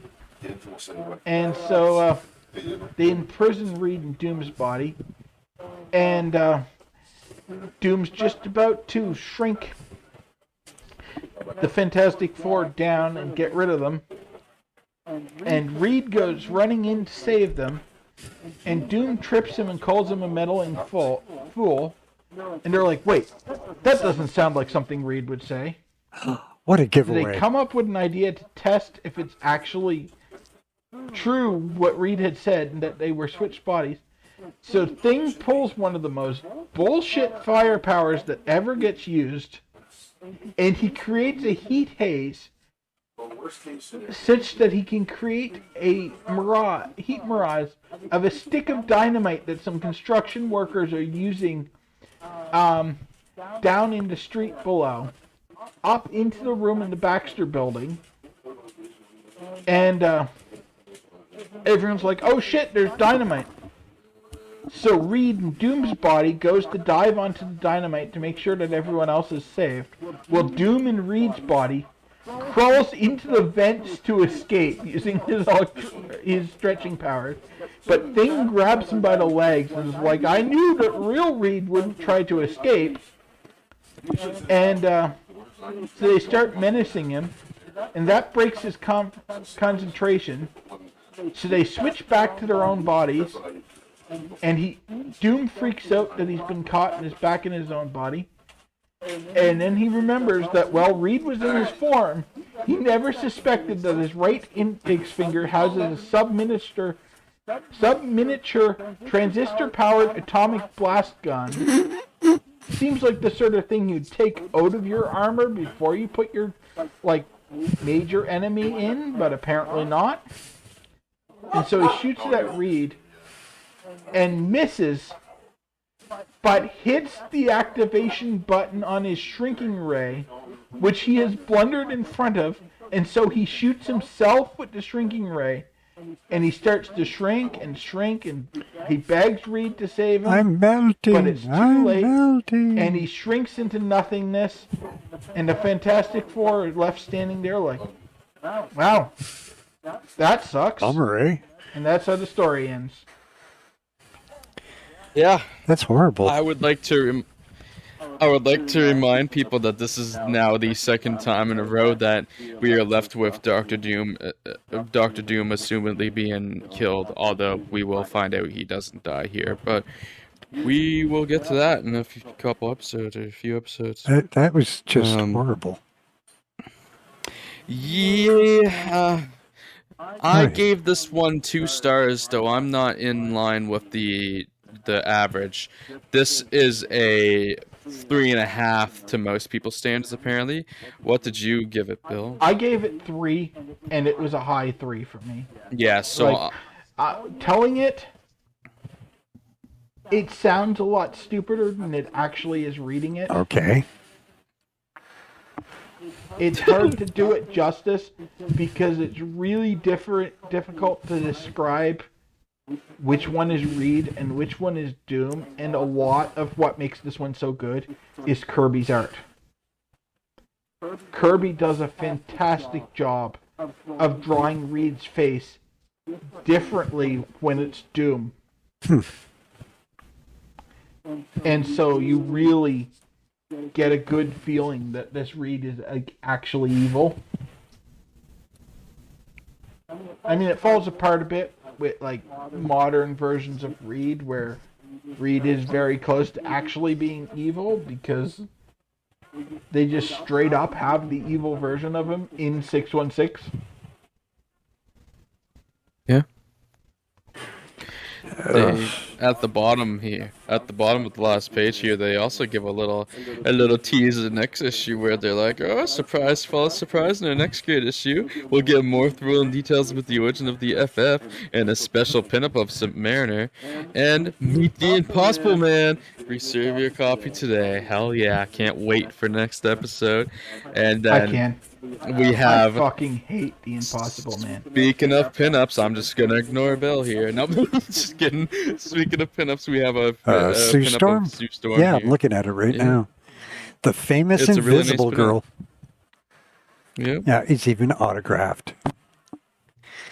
Love and kisses to my wonderful fans, Sue. 1962. So yeah, good times. Do we have any more comments on the Fantastic Four number 10? It stinks. I would not give this I above a didn't- 2. Yeah, I couldn't give this above a 2. It was a fun enough read, but it wasn't.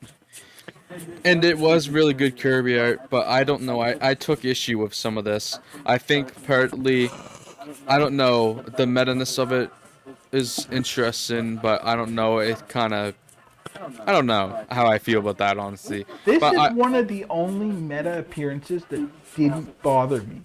It I becomes a thing in the 70s that every year there's this big Halloween celebration that all the writers actually go to, and they start writing it into books. So every year, some of the superheroes go to it, and they have a plot resolving around it, and they meet a bunch of the Marvel writers, and I end up hating it every single time. But somehow here it worked. Yeah, I know reading it the first time I liked it. I don't know how I feel looking back. I know the main issue I had with this one when I first read it, thinking back, was Doctor Doom being left assumed dead again. I don't know, that was just lame to me. I didn't I like the end. actually liked. I was disappointed when they finally got to an issue where Doom didn't appear to die at the end. I don't like that as a gimmick. It kind of. I don't know. It kind of gave me like Kenny from South Park vibes, where it's just like every issue he's going to die and then he'll be back and no one will ever mention it. I guess. I mean, it's not serious, but at this point, the comics are not serious. They're not doing like Oh no. important stories with them at this point. But this does set up a pretty good continuity for a few issues down the line, which actually gives us a good two-part story. So that will be exciting to cover when we get to it. But moving on now to our main event of this episode, we have Tales to Astonish number 39, The Vengeance of the Scarlet Beetle. Fuck yeah, let's go. We've got writers Stan and Larry here with Jack on art, with Dick Ayers inking and helping on the cover as well, and Artie Simic doing the letters. October 1962 release. This is a 10-page story. What a great 10 pages we have ahead of us. Speaking of stories that absolutely should not work, but somehow do. This is one of those, yes. We have the first appearance of the title character, Scarlet Beetle. Well, the title story character, Scarlet Beetle. Can I point out that on the cover, he's not the Scarlet Beetle, he's the Magenta Beetle? He is very pink. Just saying. Yeah. You know, which makes him a lot less scary. And Oh, no. He is not scary in the story either. Okay. Yes. And It's not a case of the story working because the villain is intimidating. It's a case of the story working because the villain is absolutely bullshit and it's hilarious. yeah. He's also magenta with the recoloring. He's also magenta, even more magenta on the splash page. Yeah. Wow. Literally, he's not Scarlet at all. But yeah, we open with the splash page. And the like- most offensive thing is, in the title, when they wrote Scarlet Beetle, that is Scarlet. So they had the color available. yeah. It's even on the same page. We end up, we open up with that beautiful splash with a magenta beetle. So And thank you for that, Dan. I had never noticed that until you mentioned it. Now it's all I can see. I'm sorry, it But really it's fine stands because- out. It's fine because it doesn't make the character any worse. Okay, fair enough. that's true. We open up and the magenta beetle is like, your days of meddling are over, Ant-Man. The Scarlet Beetle has vowed to destroy you. And then we go back in time a bit like we always do with these stories. And we see Henry working on a machine for... He's listened into ants giving him messages from electronic raves. So he sees some erratic patterns with the waves, and he's like, oh, there must be something strange and dangerous. He's like, I better change to the Ant-Man once more to investigate what's going on. And so we see him uses a vial of reducing gas and shrink to the Ant-Man. He uses that catapult that keeps showing up in this and catapults himself to the location he needs to be at. He uses the ants yet again, and we see him go to a grate, and he goes down the grate to investigate what's going on. We see a huge gathering of insects, and Henry's left to wonder what's going on here. And he sees that this magenta beetle is glowing strangely. That's why it's the magenta beetle. I just realized it. Ant-Man's suit is red. Oh. They don't want everything colored the same color, so they colored it a different reddish shade to Yeah, keep everything from looking the that same. makes perfect sense. Yeah, it does. And then they would go against that and make the wasp the same color red later. She's on the same side though. We don't usually have Henry Ah, fighting Wasp unless he's in one of his abusive moods. yeah, that's true. Um, but we see this glowing beetle, and it seems as though he's speaking to the other insects. And he's like, "Oh my, the beetle is communicating with them. He's using mental telepathy." And Ant-Man can detect the thoughts. So we see the Scarlet Beetle going all ruler of the insects and uh, giving a good old speech saying how the human race is ruled for ages now, and but he's been hit with radiation. The beetle's been hit with radiation due to one of mankind's atomic experiments, which has given him the brain power equal to a human, equal to any of the humans. So he's like, under my leadership, we will take over the world and from mankind and seize control of the earth. And then Ant-Man's like, whoa, he means it. I better get on top of this before it turns bad. But before he can, we see some beetles come and we see some regular beetles come and attack Ant-Man, and he's just punching at them. He's like, good thing I retain all my normal strength when I shrink to ant size, or else I'd be a goner. So we see him dodging a bit, but one of the beetles knocks his helmet off, so Henry can no longer communicate with the ants at all. And the Scarlet Beetle pickpockets Ant-Man for his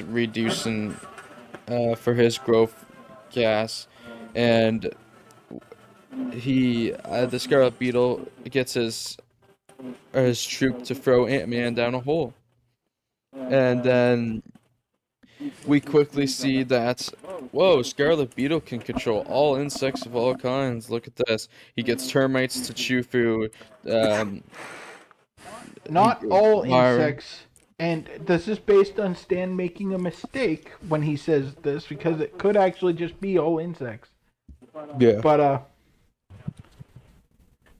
not all insects. He can't control the ants. No, because that's for They're Ant. loyal to Ant-Man. Yes. Just But- had to point to that because they make a point of it. Yes, they do. We see termites chewing through telephone poles. We see spiders, grasshoppers, and fins. Carrying dynamite from armories, and we see there's an ant like listening in to people talking about how public officials have been stricken by insects recently. And then we see the Scarlet Beetle is using the growth gas to become this giant fucking menace to society. Yeah, he doesn't just become human-sized. He goes full Godzilla. Yes. We see fucking bees or wasps, whatever they are, going around stinging cops and stuff. And then we go back to Henry Pym, who has been abandoned in a passageway beneath the city. He's like, I'll never be able to climb out of this hole. What can I do? So then we see the ants are by Ant-Man's helmet, and they bring the helmet to him. The ants have found him. They've come to save Ant-Man. And he gets the helmet back on his head and climbs on top of the ant, and they escape the passageways and get to normal land. And it's not all good though, because the Scarlet Beetle has spotted them. But thankfully Henry fought ahead and ordered the honey ants into the front line so the other insects could be trapped by honey. And that took care of the beetles with the honey, but now the grasshoppers are attacking, and he's like, I'll wait till they get within range, and he uses a popsicle stick to put it over a fountain where water's spraying out, and uses the water to shoot the grasshoppers away. And then We're getting to full Henry war crimes now, by the way. yeah, we got the ants are bringing out a fin of a fin of DDT. Wow. And they bring, It's even drawn to look like a missile. yeah, they bring it over. They bring the DT. Fuck. They bring the DDT over and aim it at the insects. And Henry's like, "Oh, just in time. Hold it steady now. That's it." And he fucking sprays the fuck out of them. He just genocides the fuck out of those insects. Oh, I'm sure it wasn't a genocide because Henry says here the DDT has weakened them. They're flying away. That's just a nod to the comic code. Like, here it's kind of a joke, but it becomes a thing going on in the comics that you'll see panels where the artist clearly intends for someone to die. Oh yeah. And Stan's like, "Oh shit, we won't get ratings if we put this in there." So he has to write in like some sort of thing about how the person's not actually dead. It starts to become much more frequent, and it even covers the bugs here. They're weakened, but apparently they're not weakened enough that they can't fly away. So thank God for that. Then the greatest danger of all appears as the giant Scarlet Beetle comes to confront the Ant-Man. But Ant-Man jumps on a passerby's shoe and makes his way to a toy store, which becomes their final battleground. He climbs up a counter using an ant, and Ant-Man's like, "Oh, I'm through running now. You can come get me if you can." And Scarlet Beetle's like, "If I can, I'll snuff you out like your life was a candle." And I don't know how a beetle would know what a candle was, but he's got the smarts of a human. Tell you what. So Scarlet Beetle crashes his one leg through the glass counter as we see Ant-Man driving in a fucking toy car. I'm not joking. And yeah, it's a wind-up car, and somehow Ant-Man can steer it. He grabs a lance from a toy knight, I guess, and he throws it at the canister that is still on. So Scarlet Beetle has the canisters strapped to him. So Ant-Man uses that to his advantage and uses this lance from the toy knight to unleash the reducing gas, which then it causes the Scarlet Beetle to shrink. I just checked the art. In no panel before this happens is the Scarlet Beetle actually wearing the canister. No, it's just revealed right when it happens, and then so it shrink down to normal size. Ant-Man imprisons Scarlet Beetle inside of a fucking balloon, and has the ants pull it away. So to Henry's lab, then we see Henry conducts experiments to take the atomic effects, the radiation, off of Scarlet Beetle, and he turns him back into a regular beetle. So he no longer has to be a menace to society. I love the panel of Ant-Man jamming Scarlet Beetle into the balloon. He's got the balloon in one hand. It looks like a giant sack. And he's reaching in there. And there's just a bunch of legs of the Scarlet Beetle sticking out. And he's shoving him down in there. And Scarlet Beetle's screaming for mercy. Wow. But Henry's talking about like, "Oh, you're free to live out a natural life. It's not your fault that you became radioactive. Nobody's to blame. It's just a strange quirk of fate." And Such a quirk of fate that it happens again. Yep. The cops talk about how it's over. It must have been up to him and blah blah blah. And he's like, the one cop's like, "Oh, but Ant-Man was nowhere he was nowhere around, but he was just at the time where we needed him most." And then that's where the issue ends. And yes, this does happen again, as thankfully the Scarlet Beetle will appear again in Iron Man number 44, the B story. Can I Oh, that's actually an Ant-Man story too. Can I say that there's just a staggering waste of potential here? What are you talking about? This is great. No, they've taken Ant-Man, who, he shrinks down the size of an ant, can control ants. Right? There's so many directions it could go in. And instead he ends up in a battle with an irradiated beetle. Yeah, and? What's your point, Dan? I thoroughly enjoyed his battle with an irradiated beetle. Oh my God. The Magenta Menace. It's mind-numbingly dumb. Mm-hmm. Yeah. But it works because it's mind-numbingly dumb. The whole comic is just absolutely hilarious. This is a solid This is- 3-star comic for me. Yeah, No, this is the point no. where unintentional comedy tipped the, like where we kept saying in previous Ant-Man issues that if they wrote this as a comedy, it would work. This is the point where they get so out there that even though it's not being written as a comedy, it tips the balance and falls firmly into comedy levels. This is the Sharknado of early Marvel.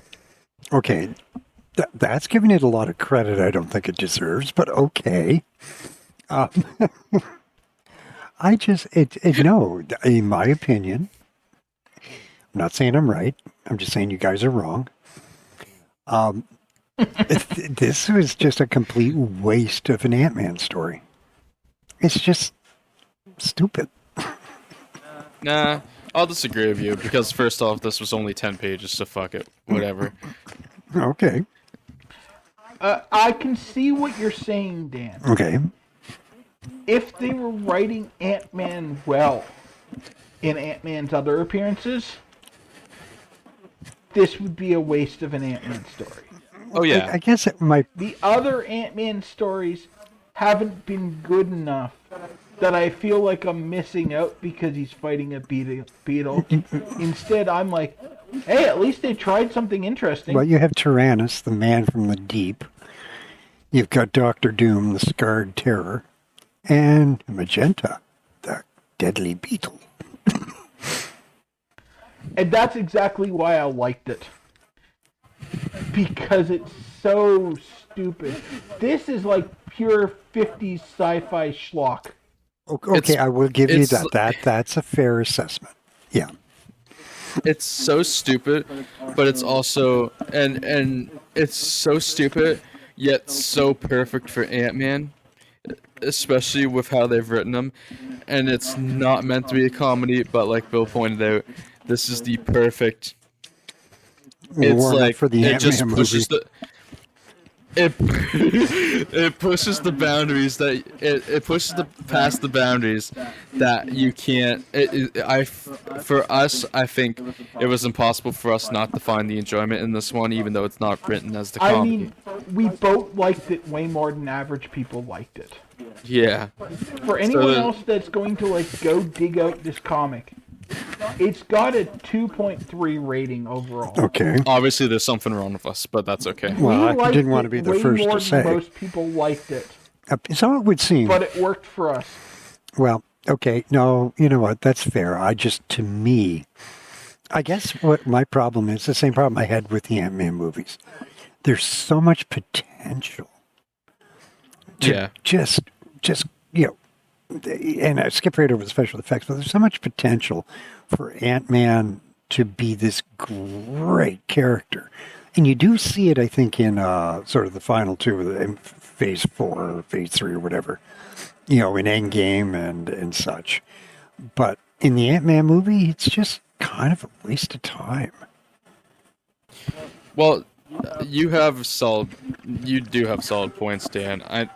I think the other big reason why I joked at it before, but the other main reason this one, I enjoyed this one, and it was a breezy read, and it was an easy read, and it was a fun read, and it gets the solid 3 stars. It was 10 fucking pages, and it fucking flew by. So that was nice. And there's tons of little things that we didn't mention that just make this comic great. Like, when the Scarlet Beetle is menacing the civilians, a bunch of soldiers show up to shoot him, and a whole swarm of bees descends on them and starts stinging them in the faces so they can't shoot at him. Oh yeah, And they do little things like that. You'll just see in the background of the panel insects causing havoc, and it really, for a 10-page nothing story about a superhero who can shrink fighting a giant irradiated angry beetle, they do a ton of little things that made me actually, on rereading it, made me start to wonder how self-aware were they on how stupid this was. Yeah, that's fair. They literally tease it becoming a full-on war between like insects and humans, and it's fucking great. That's why I was making jokes about Ant-Man going full-on genocide with the war crimes of using DDT like he was gas attacking in a fucking real war. Yeah.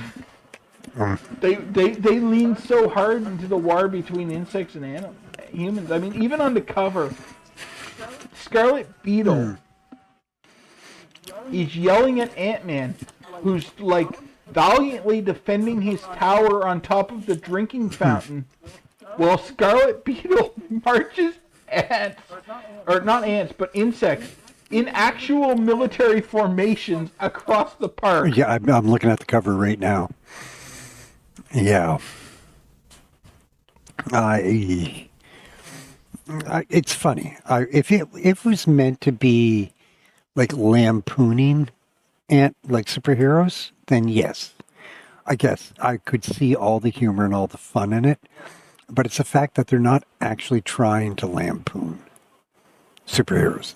Yeah, that's been my problem in the past.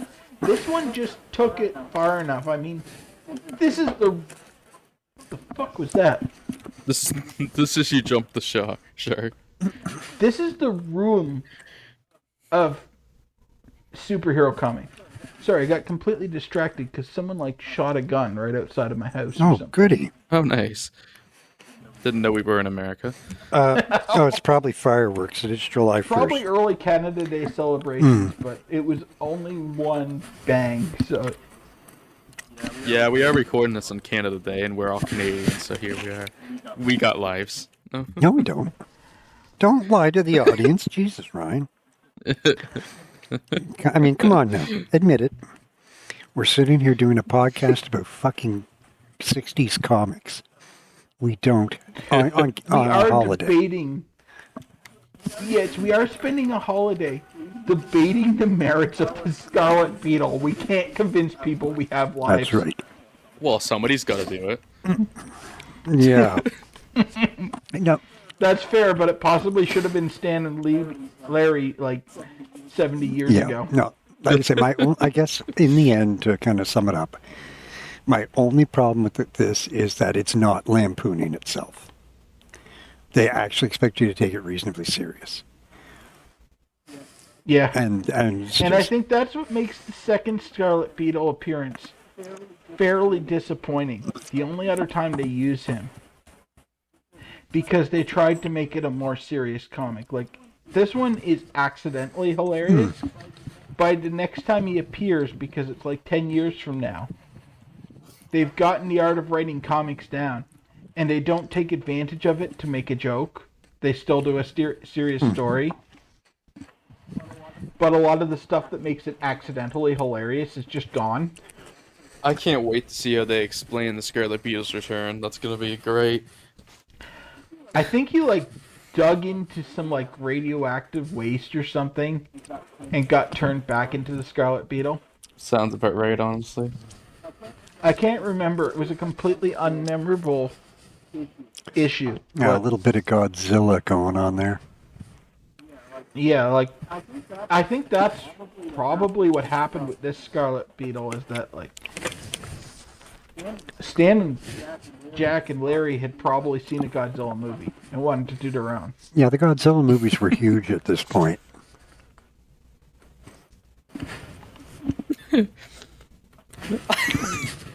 Yeah. Can we please get a Scarlet Beetle movie adaptation? Oh, maybe he'll show up Here we go. in the next I'm going to give Ant-Man you guys movie. a spoiler. Yeah. I'm going to give you guys a spoiler because this literally doesn't come up again until October of 1971. Okay. So we'll have forgotten this by the time we get there. Okay. Here's the synopsis of Scarlet Beetle's only other appearance. A fire at a candy store sets the backdrop for an epic grudge match between Ant-Man and the terrifying Scarlet Beetle. An epic grudge match. Yes! Is this the whole Hulk Andre the Giant thing going on again? I'm sorry. God. You know what? If and I will say this and this alone, if they would be smart enough for the next Ant-Man movie to have the magenta monster, the magenta beetle, show up, I would be the happiest man in the world because it would justify the film existing. But they're not going to. God, that would be so good. But you know they won't. And we're going to have to sit through another interminable B-script Marvel Universe piece of crap that's connected to every TV show and every commercial. And, oh, God. Anyway. Yeah. I guess we should probably get to the part where we tease what's to come next episode. We are going to be tackling some good old comics again. I think there's 6 entries we're doing next time, but we'll see here. We have Strange Tales 105 coming next, which will see the return of the wizard. We have Journey in the Mystery number 89, which is a story about Thor and a thug. I believe that one's an interesting time. We have Fantastic Four number 11. We have the A story and the B story. Technically, the B story is listed first. We'll see. We'll decide what order we cover those as we go along. And then we might as well build to the good half. Huh. I don't think you agree with me on what the good half is. Yeah, so we're building to the B story. No. B story first. You fucking bastard. Words cannot express how much I hate that fucking comic. Next episode's gonna be fun. This is gonna be Bill's and I's biggest. This should be Bill's and I's biggest debate to date. The biggest thing that's kept me for so long from doing something like this project has been the knowledge that I would have to reread Fantastic Four number 11 B story. Okay. Yeah. That's how much I hate this comic. For a little bit of a fair tease, Bill gave that story 1 star. I gave the story 5 stars. So this will be why Ryan is wrong and also a horrible human being. I can't wait. Then the last 2 comics that will end off the episode are Tales to Astonish number 40, The Day That the Ant-Man Failed, and Strange Tales number 106, The Threat of the Torrid Twosome. So we have 6 entries yet again we'll be covering next week, and it should be a fun time. Can't wait. We have some interesting stories ahead of us. Yeah. And then the episode after that, stick around because we have the first appearance of Iron Man coming. Oh, goody. So hell yeah. Yeah, tough it out through the terrible comics we have to talk about next week. Until we can get to something good. The Defenders, the Eternals. Yeah, pretty much, because you got a long wait for that one there, Dan. But yeah,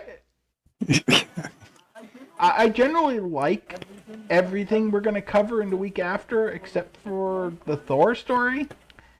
But yeah, and the the week B after. story of Iron Man, which I suppose will probably stuck in there. But this week, not so much. Yeah, should be an interesting ride. Yeah, it'll be interesting to see what happens with the Impossible Man. Yes, I'm interested to see Dan's thoughts too as we go through it. I have a feeling he'll align more with Bill. I kind of feel that too, but I will say the reason I'm advocating for the B story instead of the A story first isn't that I want to get the Impossible Man done with. It's I suspect there's a reason they've got it ordered that way because they don't usually reverse them, and just because I can't figure out what it is, our entire gimmick is that we're following the order. We might as well stick to it. Oh yeah, we'll definitely do it that way. But yeah, great times.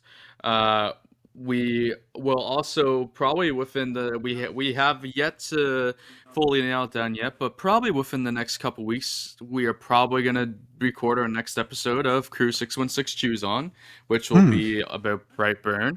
Yeah. So also stay around for that. That's gonna be a fun one. We're gonna fucking Have fun, Dan. yeah, we're gonna knock Dan's hopes and dreams to the wayside. Wouldn't be the with that first episode. time, people. Wouldn't be the first time. My hopes and dreams were crushed when I ended up working at a comic shop with these 2 clowns. Your hopes and dreams were crushed when you didn't get 3 or 4 trophies this year and only got 2. Yeah, 2 more than, say, Manchester United, right, Bill? And 1 more than, say, Real Madrid. Isn't that right, Ryan? God, it's so hard to only have 2 trophies. Based around, keeping Sadio Mane? Hey, we kept Salah. I'll take it. Yeah, we got Nunez, too. So, like, you guys can just bugger off, evil gits. Also, stay tuned for more recklessly teasing the one. The jealousy in this chat room is rife. Just rife. I don't have any trophies. Nah, my team sucks. Before Dan keeps getting on a real high horse, I think it's time to end this episode off. So, so this is available on Google Podcasts, Apple Podcasts, Spotify, and we got the YouTube channel for Route 616 as well. Places where you get all the rest of your quality entertainment, but we're there too. Exactly. If you're on the all YouTube, your quality entertainment plus us. If you're on the YouTube version, make sure to like, subscribe, and even comment or share if you would like to. And then we have on Spotify, I've been adding a special feature where you can vote on which was your favorite story that we covered in the episode. So give that a good old click. Let us know what story you enjoyed. And we will see you all in episode 7 for what should be a fantastic episode, as we have some fun stuff to talk about. And we will see you all in the next one, and peace out. Bye. Have a good day. Happy Canada Day, everybody.